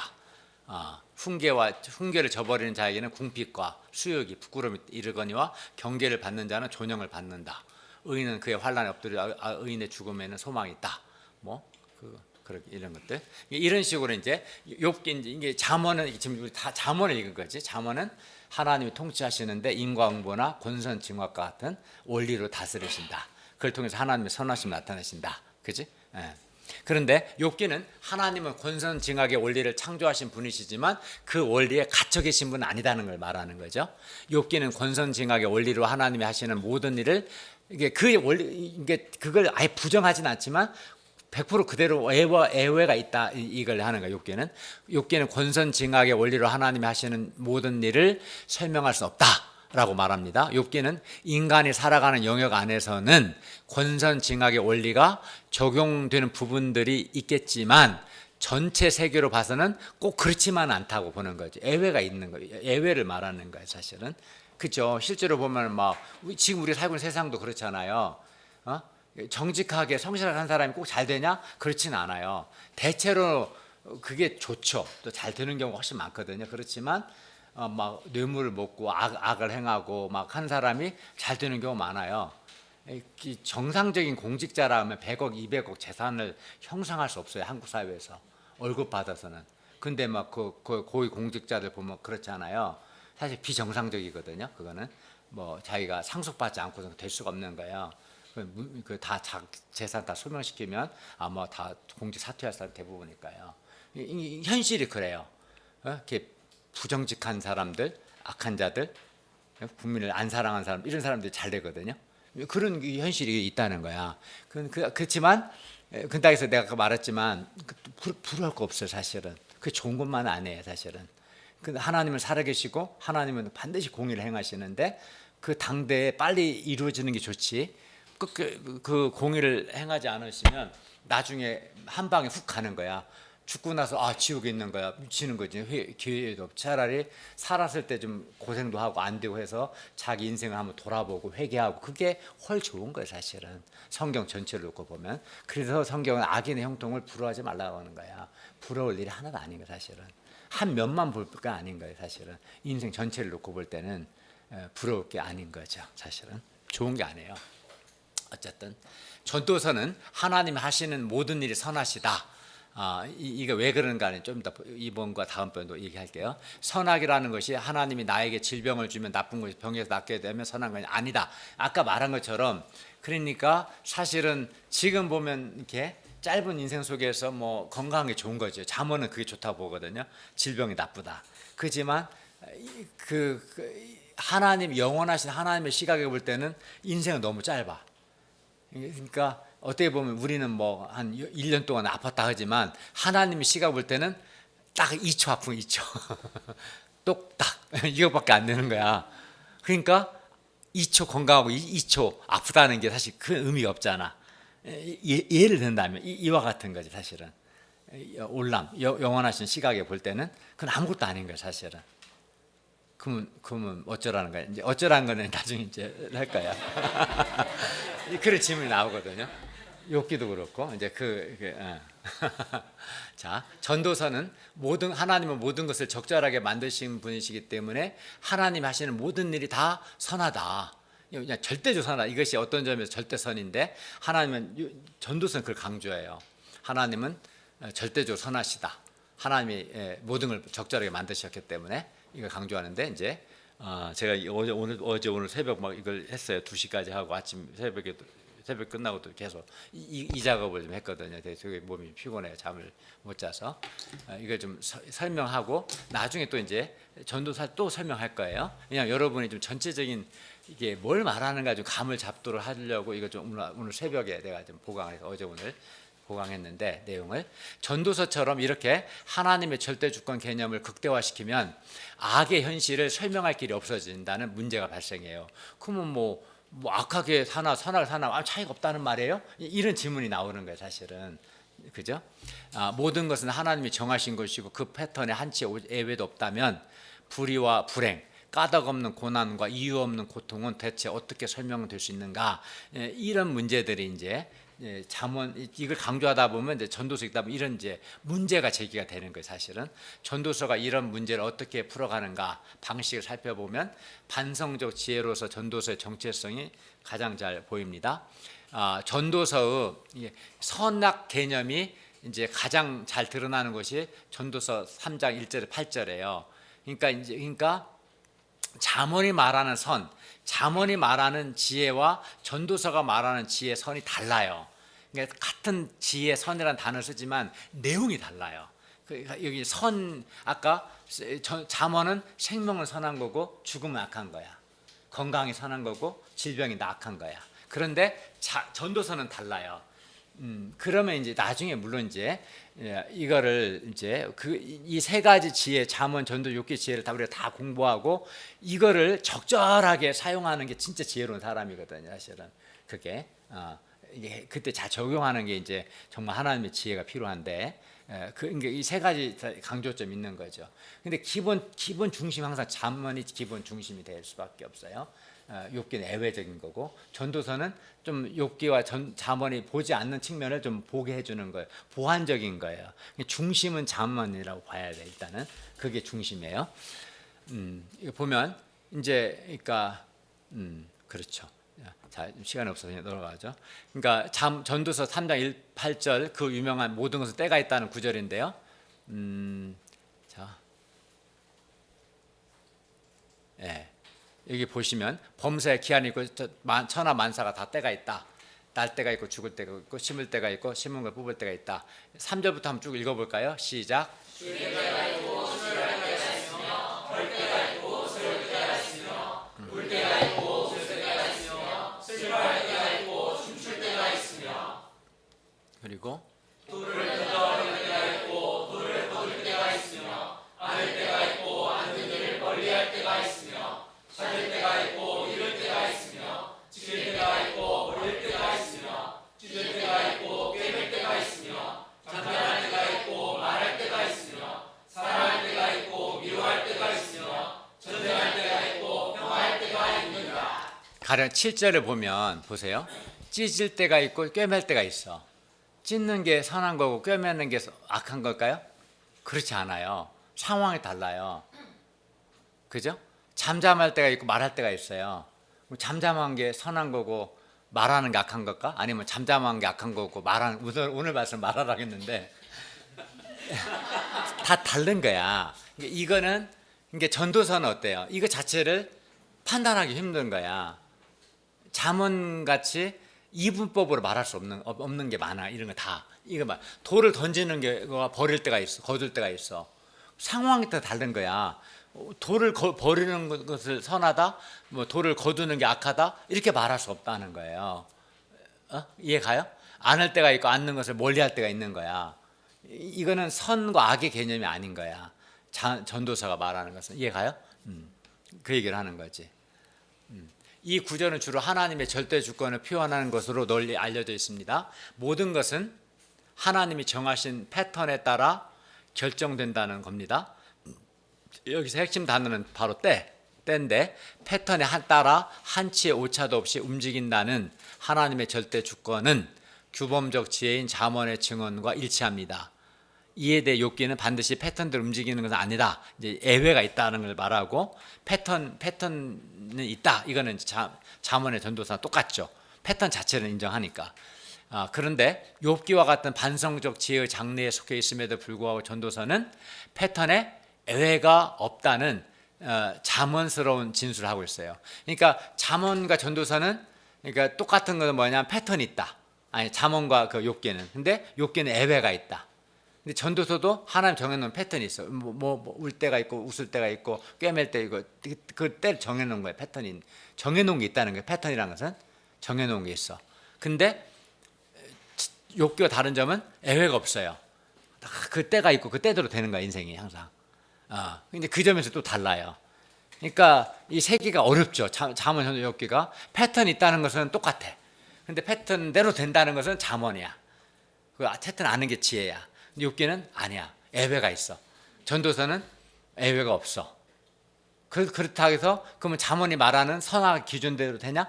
선악 기준을 그건 또 안 받아들여, 기준을. 그래서 이제 이게 좀 어려운 거예요. 이게 여러분 이제 자꾸 듣는 수밖에 없는데, 듣다 보면 이해갈 거예요. 자, 보시면 그러니까 인과응보 패턴이 기계적인 원리가 아니라는 것을 항변하던 욥의 절규가 무색해지는 순간입니다. 아마도 이 구절이 널리 인용되는 이유는 전도서가 마치 규범적 지혜처럼 말하고 있기 때문일 것입니다. 잠언에 익숙한 독자들 눈에 잠언스러운 구절이 눈에 들어오기, 이 말은 뭐냐면, 그러니까 하나님이 정해놓으신 패턴이 있고, 패턴은 오차 범위 없이 그대로 이루어진다, 예외가 없다. 이건 굉장히 잠언적인 거야. 욥기는 예외가 있다. 욥 입장에서 힘든 거죠. 예외가 자기가 경험한 현실에 예외가 있는데, 근데 전도서는 예외가 없다, 이렇게 말한단 말이에요. 그것은 잠언과 괴를 같이 하는 거예요. 하지만 3장, 전도서 3장 1절에서 8절 중에 때라는 단어에만 초점을 맞춘다면 이 구절의 절반만 읽은 것입니다. 정말 중요한 것은 때를 제외한 나머지 부분인데, 그리고 바로 이 지점에서 잠언과도 욥기와도 다른 전도서만의 독특한 관점이 있어요. 그게 뭐냐면, 전도자는 태어나는 것과 죽는 것을 아무런 가치 판단을 하지 않고 병치시켜요. 그러니까 날 때가 있고 죽을 때가 있고 심을 때가 있고 심은 것을 뽑을 때가 있으며, 보세요. 그 씨를 뿌리 심고 가을에 뽑아. 심은 거 뽑은 거 나쁘다 악하다 할 수 있을까요? 없는 거야. 이거는 태어나고 죽는 것을 가치 판단 안 해, 전도사는. 잠언은 태어나는 건 좋은 거, 죽는 건 나쁜 거야. 잠언은 이분법적이에요. 근데 전도서는 그렇게 보지 않아. 태어나는 것은 좋고 죽는 건 나쁘, 이렇게 안 봐. 이해 가죠? 그러니까 죽임과 치료, 울음과 웃음, 우려할 때 우려하고 웃어야 할 때 웃어야지, 우려할 때도 있는 거예요, 사람이. 근데 무조건 웃는 게 무조건 좋은 거다, 이렇게 보지는 않는 거예요, 전도사는. 이해 가요? 잠언은 웃는 게 좋은 거고 우는 건 나쁜 거, 이렇게 보는 건데 좀 다른 거야. 선의 개념이. 사랑과 미움의 전쟁과 평화도 전통적인 선과 악의 이분법에 벗어나 있다. 그러니까 잠언은 이분법인 거지. 좋고 나쁨이 딱 나눠지는 거야. 근데 전도서는 그렇게 같이, 이건 좋다 나쁘다, 선하다 악하다라고 아예 안 봐. 어떻게 돌을 거두는 건 좋고 던지는 건 나쁘냐? 꿰매는 것은 좋고 이렇게 찢는 건 나쁘고, 그렇지 않죠. 이거 다 대표적으로, 그지? 심은 거 심는 거 뽑는 거, 심는 게 좋은 거 뽑는 게 나쁘고 그런 게 아니지. 가을에 뽑아야 그게 좋은 거지. 그러니까 그거를 이분법적이지 않다는 거야. 전도서는 이제 복잡해야 되는 거야. 여러분이 여러분 복잡해 느끼면은 이 사람 복잡하다, 아 이거 복잡하구나 이렇게 생각하면 여러분이 강의를 지금 잘 듣고 있는 거야. 사실은 하나도 안 복잡하면 전혀 못 따라오고 있는 거야. 복잡한 거야. 이거를 이제 예선들해야 돼. 그러니까 어려워요. 내가 강의를 할 수 있는 건 이게 그냥 몇 년 만에 된 거 아닌 거야. 이게 성경에서 가장 설교하기 어려운 게 잠언전도육기야. 요한계시록 그렇게 어렵지 않아요. 이게 진짜 어려워 이게. 알겠어요? 그래서 어쨌든 봐봐요. 만약 전도자가 여기서 사랑은 좋고 좋은 것이고 미움은 나쁜 것이라는 이분법을 전개하는 것이라면 그럼 돌을 던지는 것은 좋은 것이 돌을 거두는 건 나쁜 것인가? 이게 아니란 말이야. 이 문맥을 성경에서 하는 문맥을 봐야 문맥, 여기 문맥은 3장 1절 8절 문맥은 뭐는 좋고 뭐가 나쁘다 이런 게 말 안 해 전혀. 그런 문맥에서 본다면 중국 생명, 사랑, 미움, 전쟁 이것도 좋고 나쁘다 그런 관점으로 전도서는 말하지 않는 거예요. 이 문맥에서 볼 때는 돌을 던질 때가 있고 돌을 거둘 때가 아까 말한 것처럼 뭐 찢는 거, 옷감을 꿰매는 것은 좋고 찢는 건 나쁜 건가 이렇게 보지 않는다는 거예요. 전도서는 옷을 만들 때 옷감을 찢기도 하고 꿰매기도 하는 거지 어떻게 안 찢고 꿰매기만 하겠어요. 그지? 그러니까 같이 판단 안 하는 거야. 근데 사랑과 미움에 대해서도 전도서는 같이 판단 안 해요. 사랑은 좋고 미움 나쁘 이렇게 보지 않는 거야. 좋고 나쁨의 문제가 아니라 필요의 문제다로 보는 거지. 돌을 던지할 때 던지고 던지지 말할 때 안 던지는 거지. 좋다 나쁘다 보지 않는 필요의 관점인 거지. 말이 필요할 때 말하는 거고 필요 없다 침묵하는 거지. 말하는 건 좋고 침묵하는 건 나쁘고 이렇게 보지 않는 거야. 그 어느 것도 좋은 것도 나쁜 것도 아닙니다. 다만 하나님이 정하신 때에 따라 움직일 뿐인 거고 그 어떤 것도 때를 따라 하나님이 아름답게 짓지 않은 것이 없는 거야. 그러니까 하나님이 정하셨어. 지으셨어. 하나님이 정하셔 지으셨기 때문에 다 좋다고 보는 거야. 전도사는. 그러니까 잠언은 뭐 웃는 건 좋고 울으면 나쁘고 생명은 좋고 죽으면 나쁘고 이렇게 보지만 전도사는 이 모든 걸 다 하나님이 정하셨다. 그리고 이거는 좋고 나쁘다고 볼 수 없는 거다. 하나님이 아름답게 때를 따라 정하신 거기 때문에 하나님이 정하셨기 때문에 다 선한 거다. 이렇게 보는 거야. 전도서는. 자, 이건 잘못된 거고. 전도서는 전통적인 규범적 지혜 가치 판단이 적용되던 개념들을 가치 판단을 적용할 수 없는 것들과 나란히 배치함으로써 잠언의 선악 개념을 파괴하는. 그러니까 아까 말한 뭐 꿰매는 거, 찢는 것이나 아니면 아까 사랑이나 미움이나 뭐 이거는 사랑 미움은 사실은 잠언적인 가치 판단은 사랑은 좋은 것, 미움 나쁜 것 이것과 뭐 꿰매는 거, 찢는 이거는 전혀 같이 판단할 수 없다. 이거를 같이 묶어버린 거야. 3장 1절 8절 그렇게 함으로써 한 이유는 뭐냐면 잠언의 선악 개념을 파괴해버리는 거지. 잠언의 그 이분법으로 볼 수 없다. 그게 관점이에요. 생명은 축복이고 죽음은 저주라는 공식은 이거는 잠언은 이렇게 말하는 거예요. 그러나 전도서는 그렇게 보지 않는 거예요. 질병은 하나님께 벌을 받은 거고 치료는 회복이라는 규범적 지혜는 이렇게 보는데 욥기에서는 이제 욥기는 이게 잠언과 욥기 같은 거는 이분법은 똑같이 인정해 욥기야. 근데 욥기는 다만 예외가 있다는 거고. 근데 전도서는 아예 이분법적 가치 판단 아예 인정하지 않아요. 이게 세 개가 뭐가 갖고가 다른가 이해가요? 잠언은 가치 판단이 분명히 이분법적이야. 그거는 욥기도 인정해. 욥기는 예외가 있다는 거야. 잠언에 예외가 없고. 전도서는 이분법적 가치 판단 자체를 아예 부정해버려요. 그러니까 힘든 거지. 누군가 태어나고 죽는 것은 축복이나 저주의 문제가 아니라 이거는 어떻게 잘못되냐면 하나님이 정하신 때가 되어서 얘가 태어난 거고 때가 되어 죽는 거야. 그렇게 보는 거야.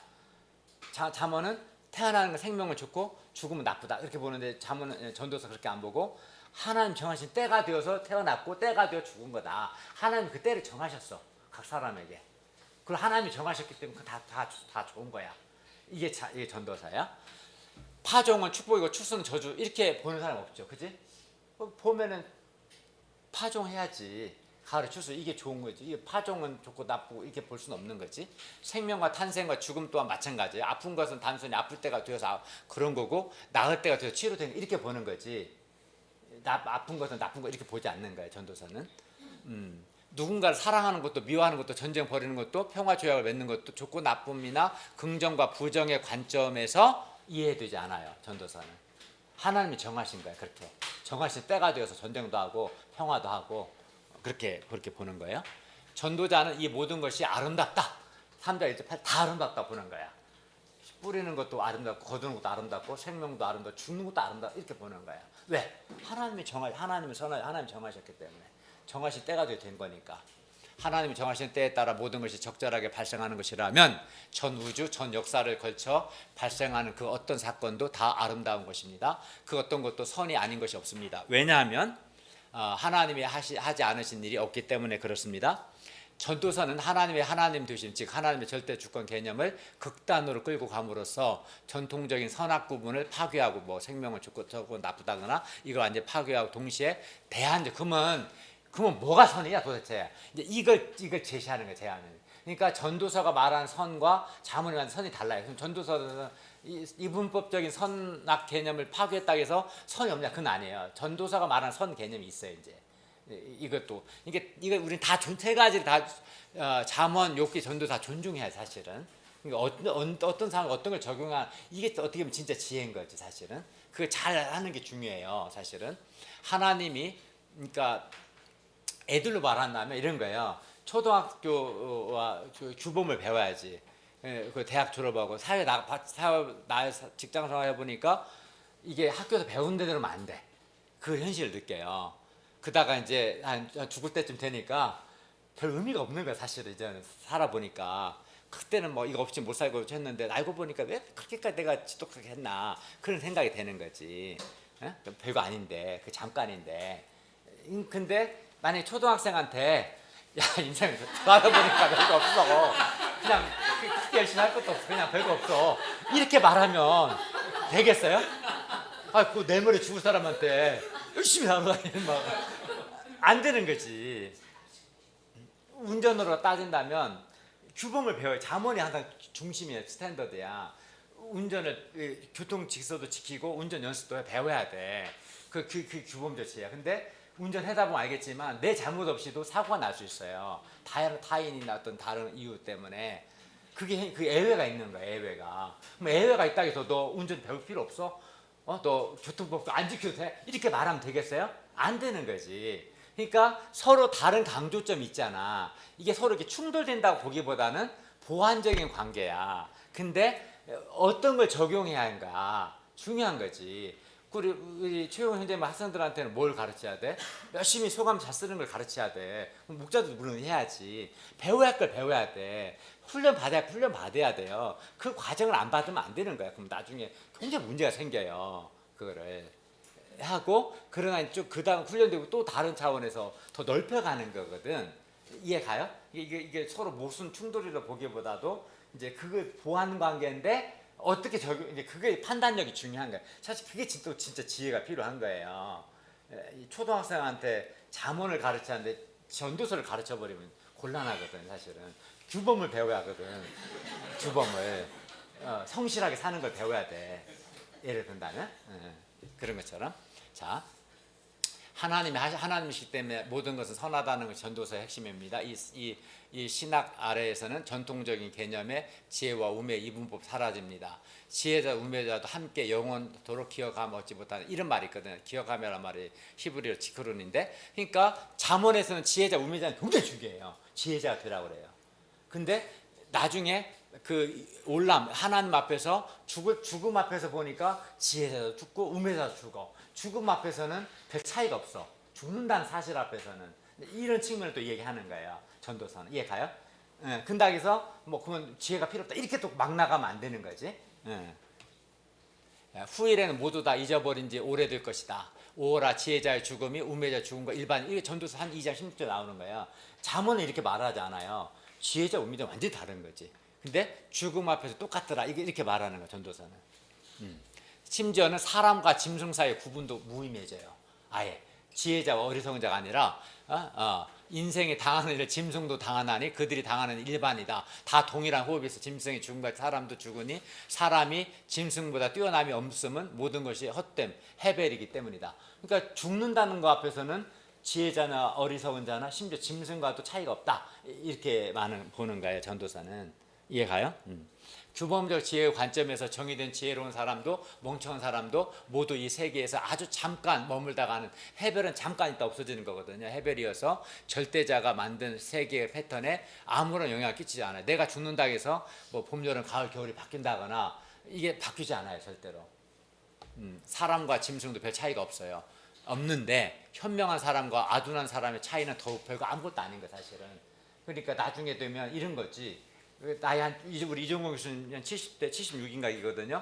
70대 중반 되면요, 대학 교수도 아니고 의사도 아니고 그냥 노인에 불과한 거예요. 뭐 그런 학벌이든 빈부든 그런 게 다 없어져 무의미하게 돼요. 한 85세 돼봐요. 아무 차이가 없는 거예요. 그게 미인, 뭐 안 예쁜 사람, 아무 의미가 없는, 기준이 무의미해져 버리는 거예요. 나이 좀 더 먹어버리면. 그런 걸 말하는 거예요. 지혜자가, 전도서 6장 8절 상반절, 지혜자가 우매자보다 나은 것이 무엇이 없다는 거예요. 그렇다 해서 그러면 지혜자가 될 필요 없냐? 그건 아닌 거예요. 잠언을 무시하는 건 아닌데 또 다른 관점에서 이야기하는 거예요. 사실은. 극단으로 가면 안 되겠죠. 자, 심판의 의미, 여기 조금 더 하다가 질문 받고 마칠게요. 다 하기 너무 벅차니까. 이건 조금 확인해야 할 것 같아요.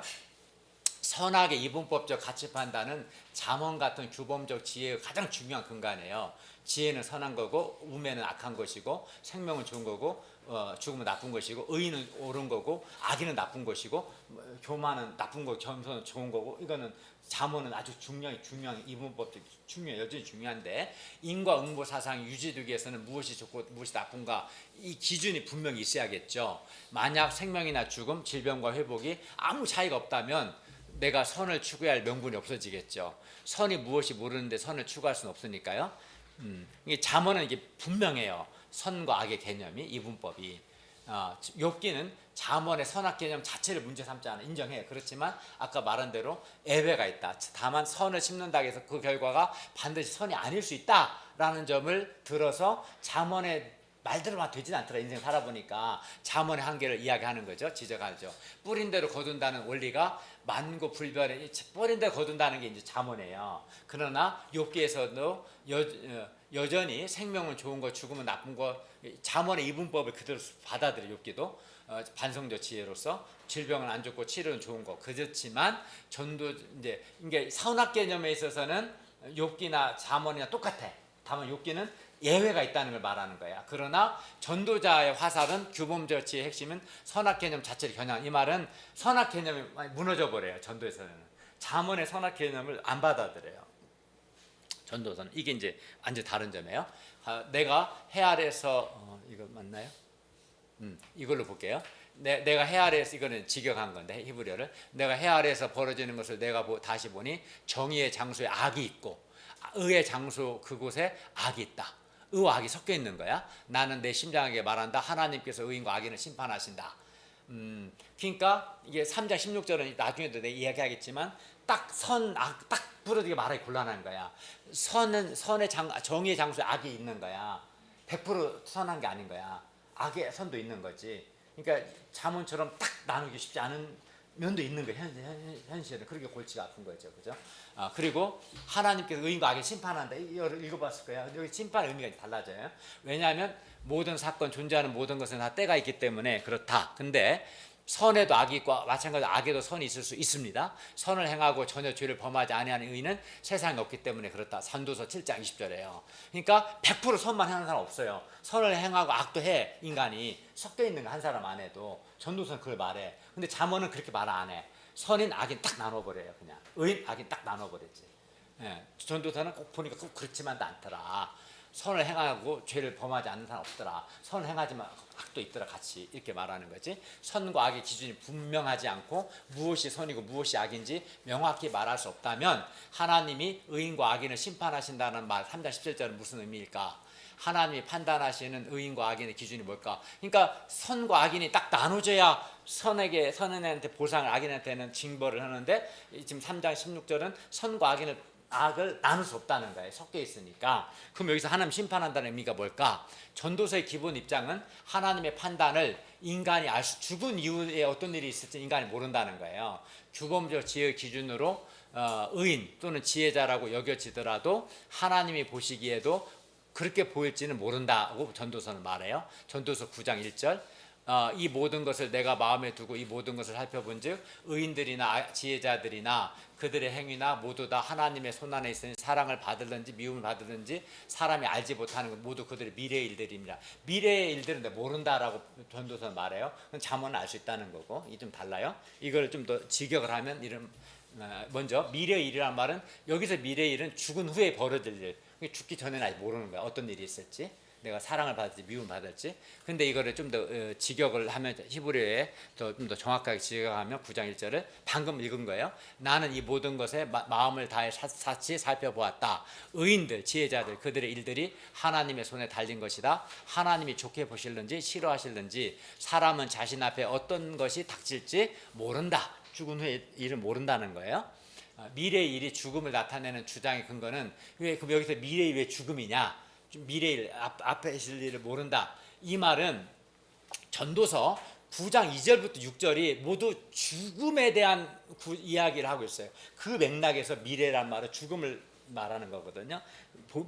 성경을 해석할 때 항상 문맥을 봐야 돼. 문맥이 의미를 결정하거든요. 문맥이 센텐스를 결정하는. 여기 보시면 전도서 보세요. 아까 9장 1절 읽은 거야. 미래일들 우리가 알 수 없다. 내가 사랑을 받을지 싫어함을 받을지. 그런데 그 9장 2절은 뭐라고 되어 있냐면 아까 9장 1절이고 그런데 모두에게 똑같이 닥친 한 가지가 있다. 의인에게도 악인에게도 선한 에게도 정결한 에게도 부정한 에게도 제사를 드린 자 뭐 다 있다. 이게 뭐예요? 이거는 다 죽은 자들에 간다. 죽는다는 거거든요. 그래서 현재 살아있는 자들에 속해 있는 이에게 확실한 게 있다. 살아있는 개가 죽은 사자보다 낫다. 그냥 살아있으면 사자가 더 비싸지. 근데 비싼 사자 죽은 것보다는 살아있는 싼 개가 더 낫다는 거야. 그러니까 죽음보다 살아있는 게 낫다는 거지. 이게 왜 사람 다 죽는다는 걸 지금 말하는 거지. 죽음에 대한 이야기 하거든요. 9장 5절 6절도 마찬가지예요. 왜냐하면 살아있는 자는 그들이 죽을 것을 알지만 죽은 자들은 모르죠. 더 이상 그 죽으면 받을 몫이 없어요. 죽은 자는 기억이 잊혀져 버려요. 그래서 그들의 사랑이나 미움, 질투조차도 이미 없어졌다. 헤아를 행해진 모든 일이 더 이상 그들의 지분이 없다. 죽은 자는 아무것도 받을 게 없어요. 그러니까 지금 9장 2절에 6절은 지금 죽음에 대해서 얘기하고 있어요. 그래서 9장 1절에서 앞으로 있을 일은 죽은 후의 일을 말하는 거예요. 문맥이. 이 문맥에서 이제 이건 아까 이건 넘어갈게요. 여기서 이제 흥미롭게도 전도서는 사후 세계를 상정하지 않습니다. 그러니까 오해하면 안 돼. 사후 세계 없다고 말하는 게 아니에요. 죽음 이후 세계 인정하지만 죽음 후의 일을 내가 모른다는 거예요. 모른다. 전도서는 없다는 게 아니라. 근데 이제 전도서 3장 21 여기서도 인생들의 혼은 위로 올라가고 짐승의 혼은 아래 땅으로 내려가는 줄 누가 알냐? 사람의 영은 위로 올라가고 짐승의 영은 땅으로 내려간다. 누가 알겠냐? 이건 이 말 다 여기서 말하고자 하는 것은 죽는다. 얘기하는 거예요. 사후 세계를 신학적 사유에서 배제시키기 전도서는 너는 흙이는 흙으로 돌아가라. 이 창세기 3장 19절 인용해서 전도서 3장 20절 말하는 거야. 흙으로 돌아가라. 모두 같은 곳으로 간다. 흙 이게 선한 자나 악한 자나 의인이나 뭐 죄인이나 다 죽는다. 흙으로 돌아간다. 이 얘기를 하는 거예요. 죽음 앞에서는 차이가 없는 거예요. 다 죽는다. 이걸 강조하고. 그런데 이제 죽은 후에 어떤 일이 벌어질지는 인간이 알 수 없습니다. 해벨인 인간이 잠깐 있다 없어지는 인간이 이 세상에서 벌어지는 일들조차 알 수 없는데 하물며 죽은 후의 일을 어떻게 알 수 있겠냐. 이게 전도서가 말하는 거예요. 모른다. 현세일과 내세일을 꿰뚫어 안다고 하는 사람이 있다면 그건 자기 주장일 뿐이지 인간이 어떻게 알겠어요. 지금 일도 다 모르는데 죽은 후에 내가 어떻게 될지 어떻게 모른다. 전도서 그걸 말하는 거예요. 이제 그 이야기를 지금 하는 건데 전도서에서 그러므로 전도서에서 나오는 하나님의 심판 혹은 하나님이 심판하신다는 표현은 단순히 죽는다는 뜻 이상도 이하도 안 해요. 그러니까 전도서에서 그러니까 심판의 의미가 좀 달라요. 여기서 이제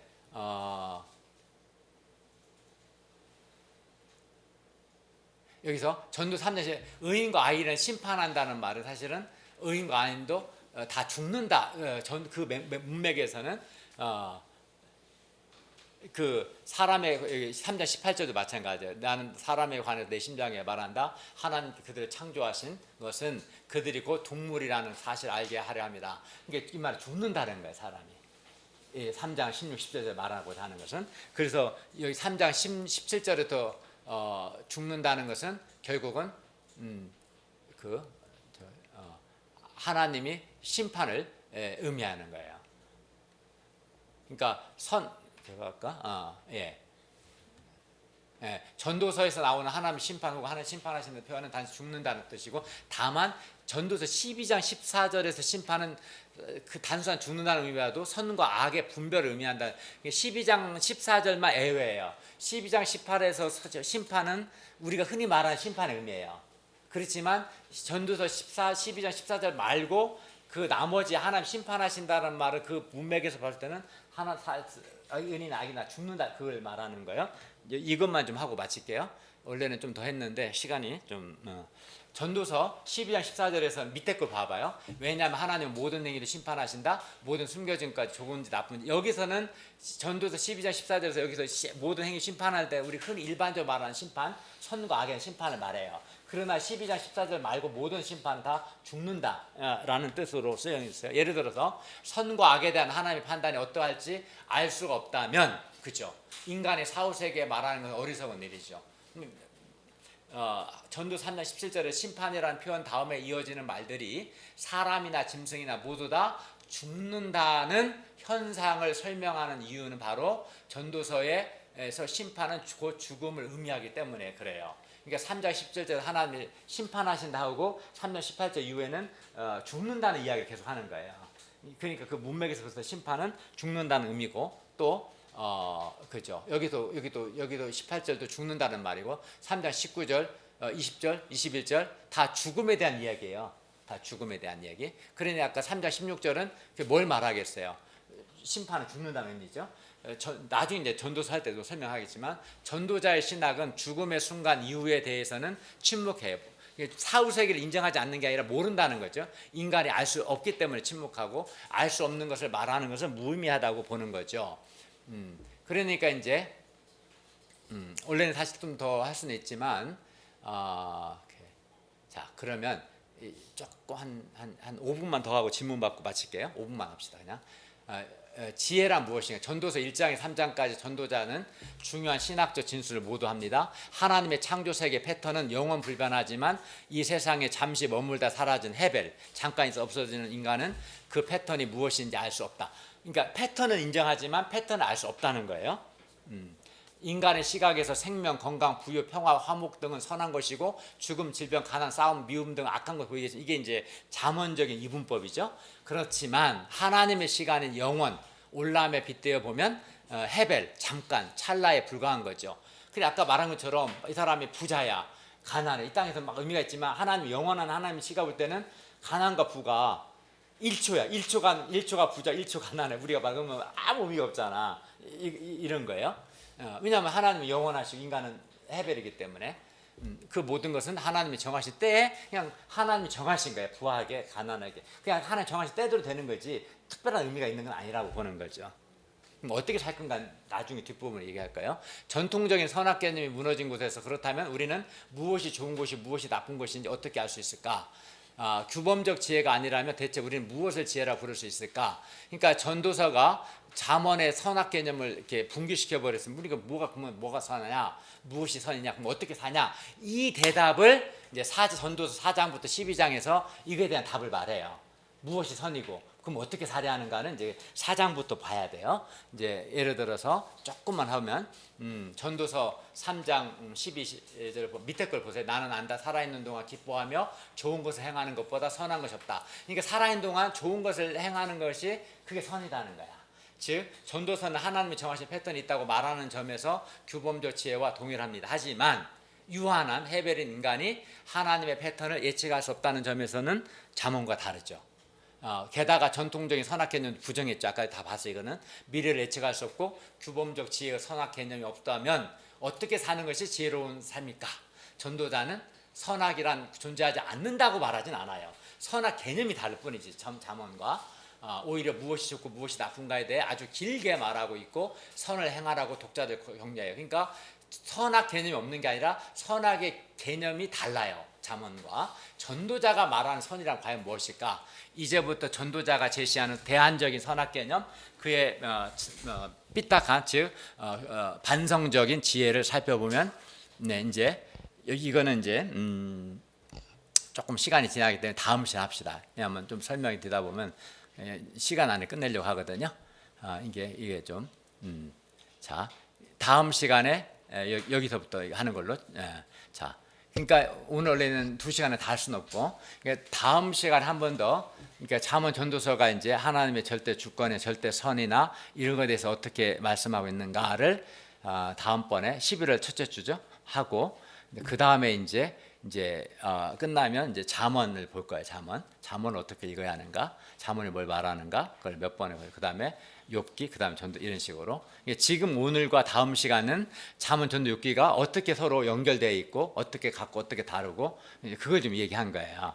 그러니까 지혜라는 말도 뭐 다 의미가 다른 거죠. 선의 개념 이해 가요? 오케이. 자, 그러면 다음번 시간은 정해졌죠? 자, 오늘 공부에 관련해서 혹시 질문 있으면 얘기해 보세요. 오늘 공부에 관련해서 좀 처음 듣기엔 생소하지만 대충은 이해가지. 근데 이제 오늘 아주 다 하지는 않았고 다음에도 해야겠죠. 제가 가능하면 이제 시간을 딱 지키려고 이렇게 한 거예요. 근데 오늘 너무 바쁘지 않았어요? 그 2시에 설거지하고 한 15분 정도 늦출까? 괜찮아요? 우리 사모님들이 2시 해도 돼요? 아니면 2시 한 10분, 20분 해도 돼요? 나는 괜찮아요. 너무 빠듯하진 않았어요? 아까 설거지하고? 지금 다 못했고요. 뭐 안 들렸어? 그러니까 2시 반에 하면 제일 좋은데 그 양들이 기다려갖고 안 될 것 같아요. 2시 15분에 그러면 조금 서로 양보해서 그럼 좀 낫지? 아니야. 많이 기다리지 않는데 우리가 1시 좀 넘어서 밥 먹으니까 차 한잔 마시고, 왜냐면은 또 다 같이 하는 일 한 달에 한 번밖에 안 하는 거니까. 아니 근데 그래? 안 그래? 최소 그 보통 2시 반 빨리 끝나면 2시 반까지. 그냥 원래대로 해요? 완전히 오늘 1시 45분부터 그때부터 앉아 계셔갖고 나는 그 시간을 내가 그때 2시로 오해했거든요. 그래가지고 내가 노트북을 가져가고 내가 할 일이 없어서 방에서 나온 거야. 노트북으로 작업을 해야 하는데 그만해야 되는데 막 스트레스 받아. 내일 또 선교사들 새벽에 강의가 있는데 노트북으로 준비를 하는데 노트북이 밖에 나가 있어서 그냥 나온 거거든요. 다음부터 내가 2시에 나올게. 2시에. 자, 오늘 혹시 질문 있어요? 이해 어려워요? 좀 어렵죠? 괜찮아요? 이해 가요? 일단 용산 목사님 녹화했죠? 이거를 유튜브에 올리고 이제 그 링크 받은 사람 볼 수 있도록 해서 우리 목자님들 단톡방에 올리고 양들한테도 보내주세요. 그러면 조금 혹시 못 들으면 다시 반복해서 들을 수 있도록 할 테니까 그러면 괜찮을 것 같아요. 그죠? 일단 오늘 올려줄게요. 오늘 녹화한 것을 유튜브 올린 것을 다시 링크를 보내줄게요. 알겠죠? 그렇게 하면 되겠죠? 네. 그러면 아마 좀 괜찮을 거예요. 그러면 이런 식으로 한 달에 한 번씩 하는 거야. 이해 가죠? 자, 그러면 10월 달 우리 가을 수양의 준비 때문에 좀 바쁘니까 수양이 끝나 11월 첫째 주 11월 5일 합시다. 자, 그러면 제가 가능하면 시간을 지키도록 하죠. 제가 기도하고 마칠까요? 하나님 아버지, 오늘 우리 동역자들과 잠언 전도 욥기 첫 공부를 하게 해주셔서 감사합니다. 이것이 잠언 전도 욥기를 이해하는 데 도움이 될 뿐만 아니라 하나님이 하신 일들을 좀 더 넓게 깊이 있게 파악하고 우리 삶에 적용하는 통찰력, 지혜를 얻는 좋은 공부가 되도록 도와주시기를 기도합니다. 예수님의 이름으로 기도하였습니다. 아멘.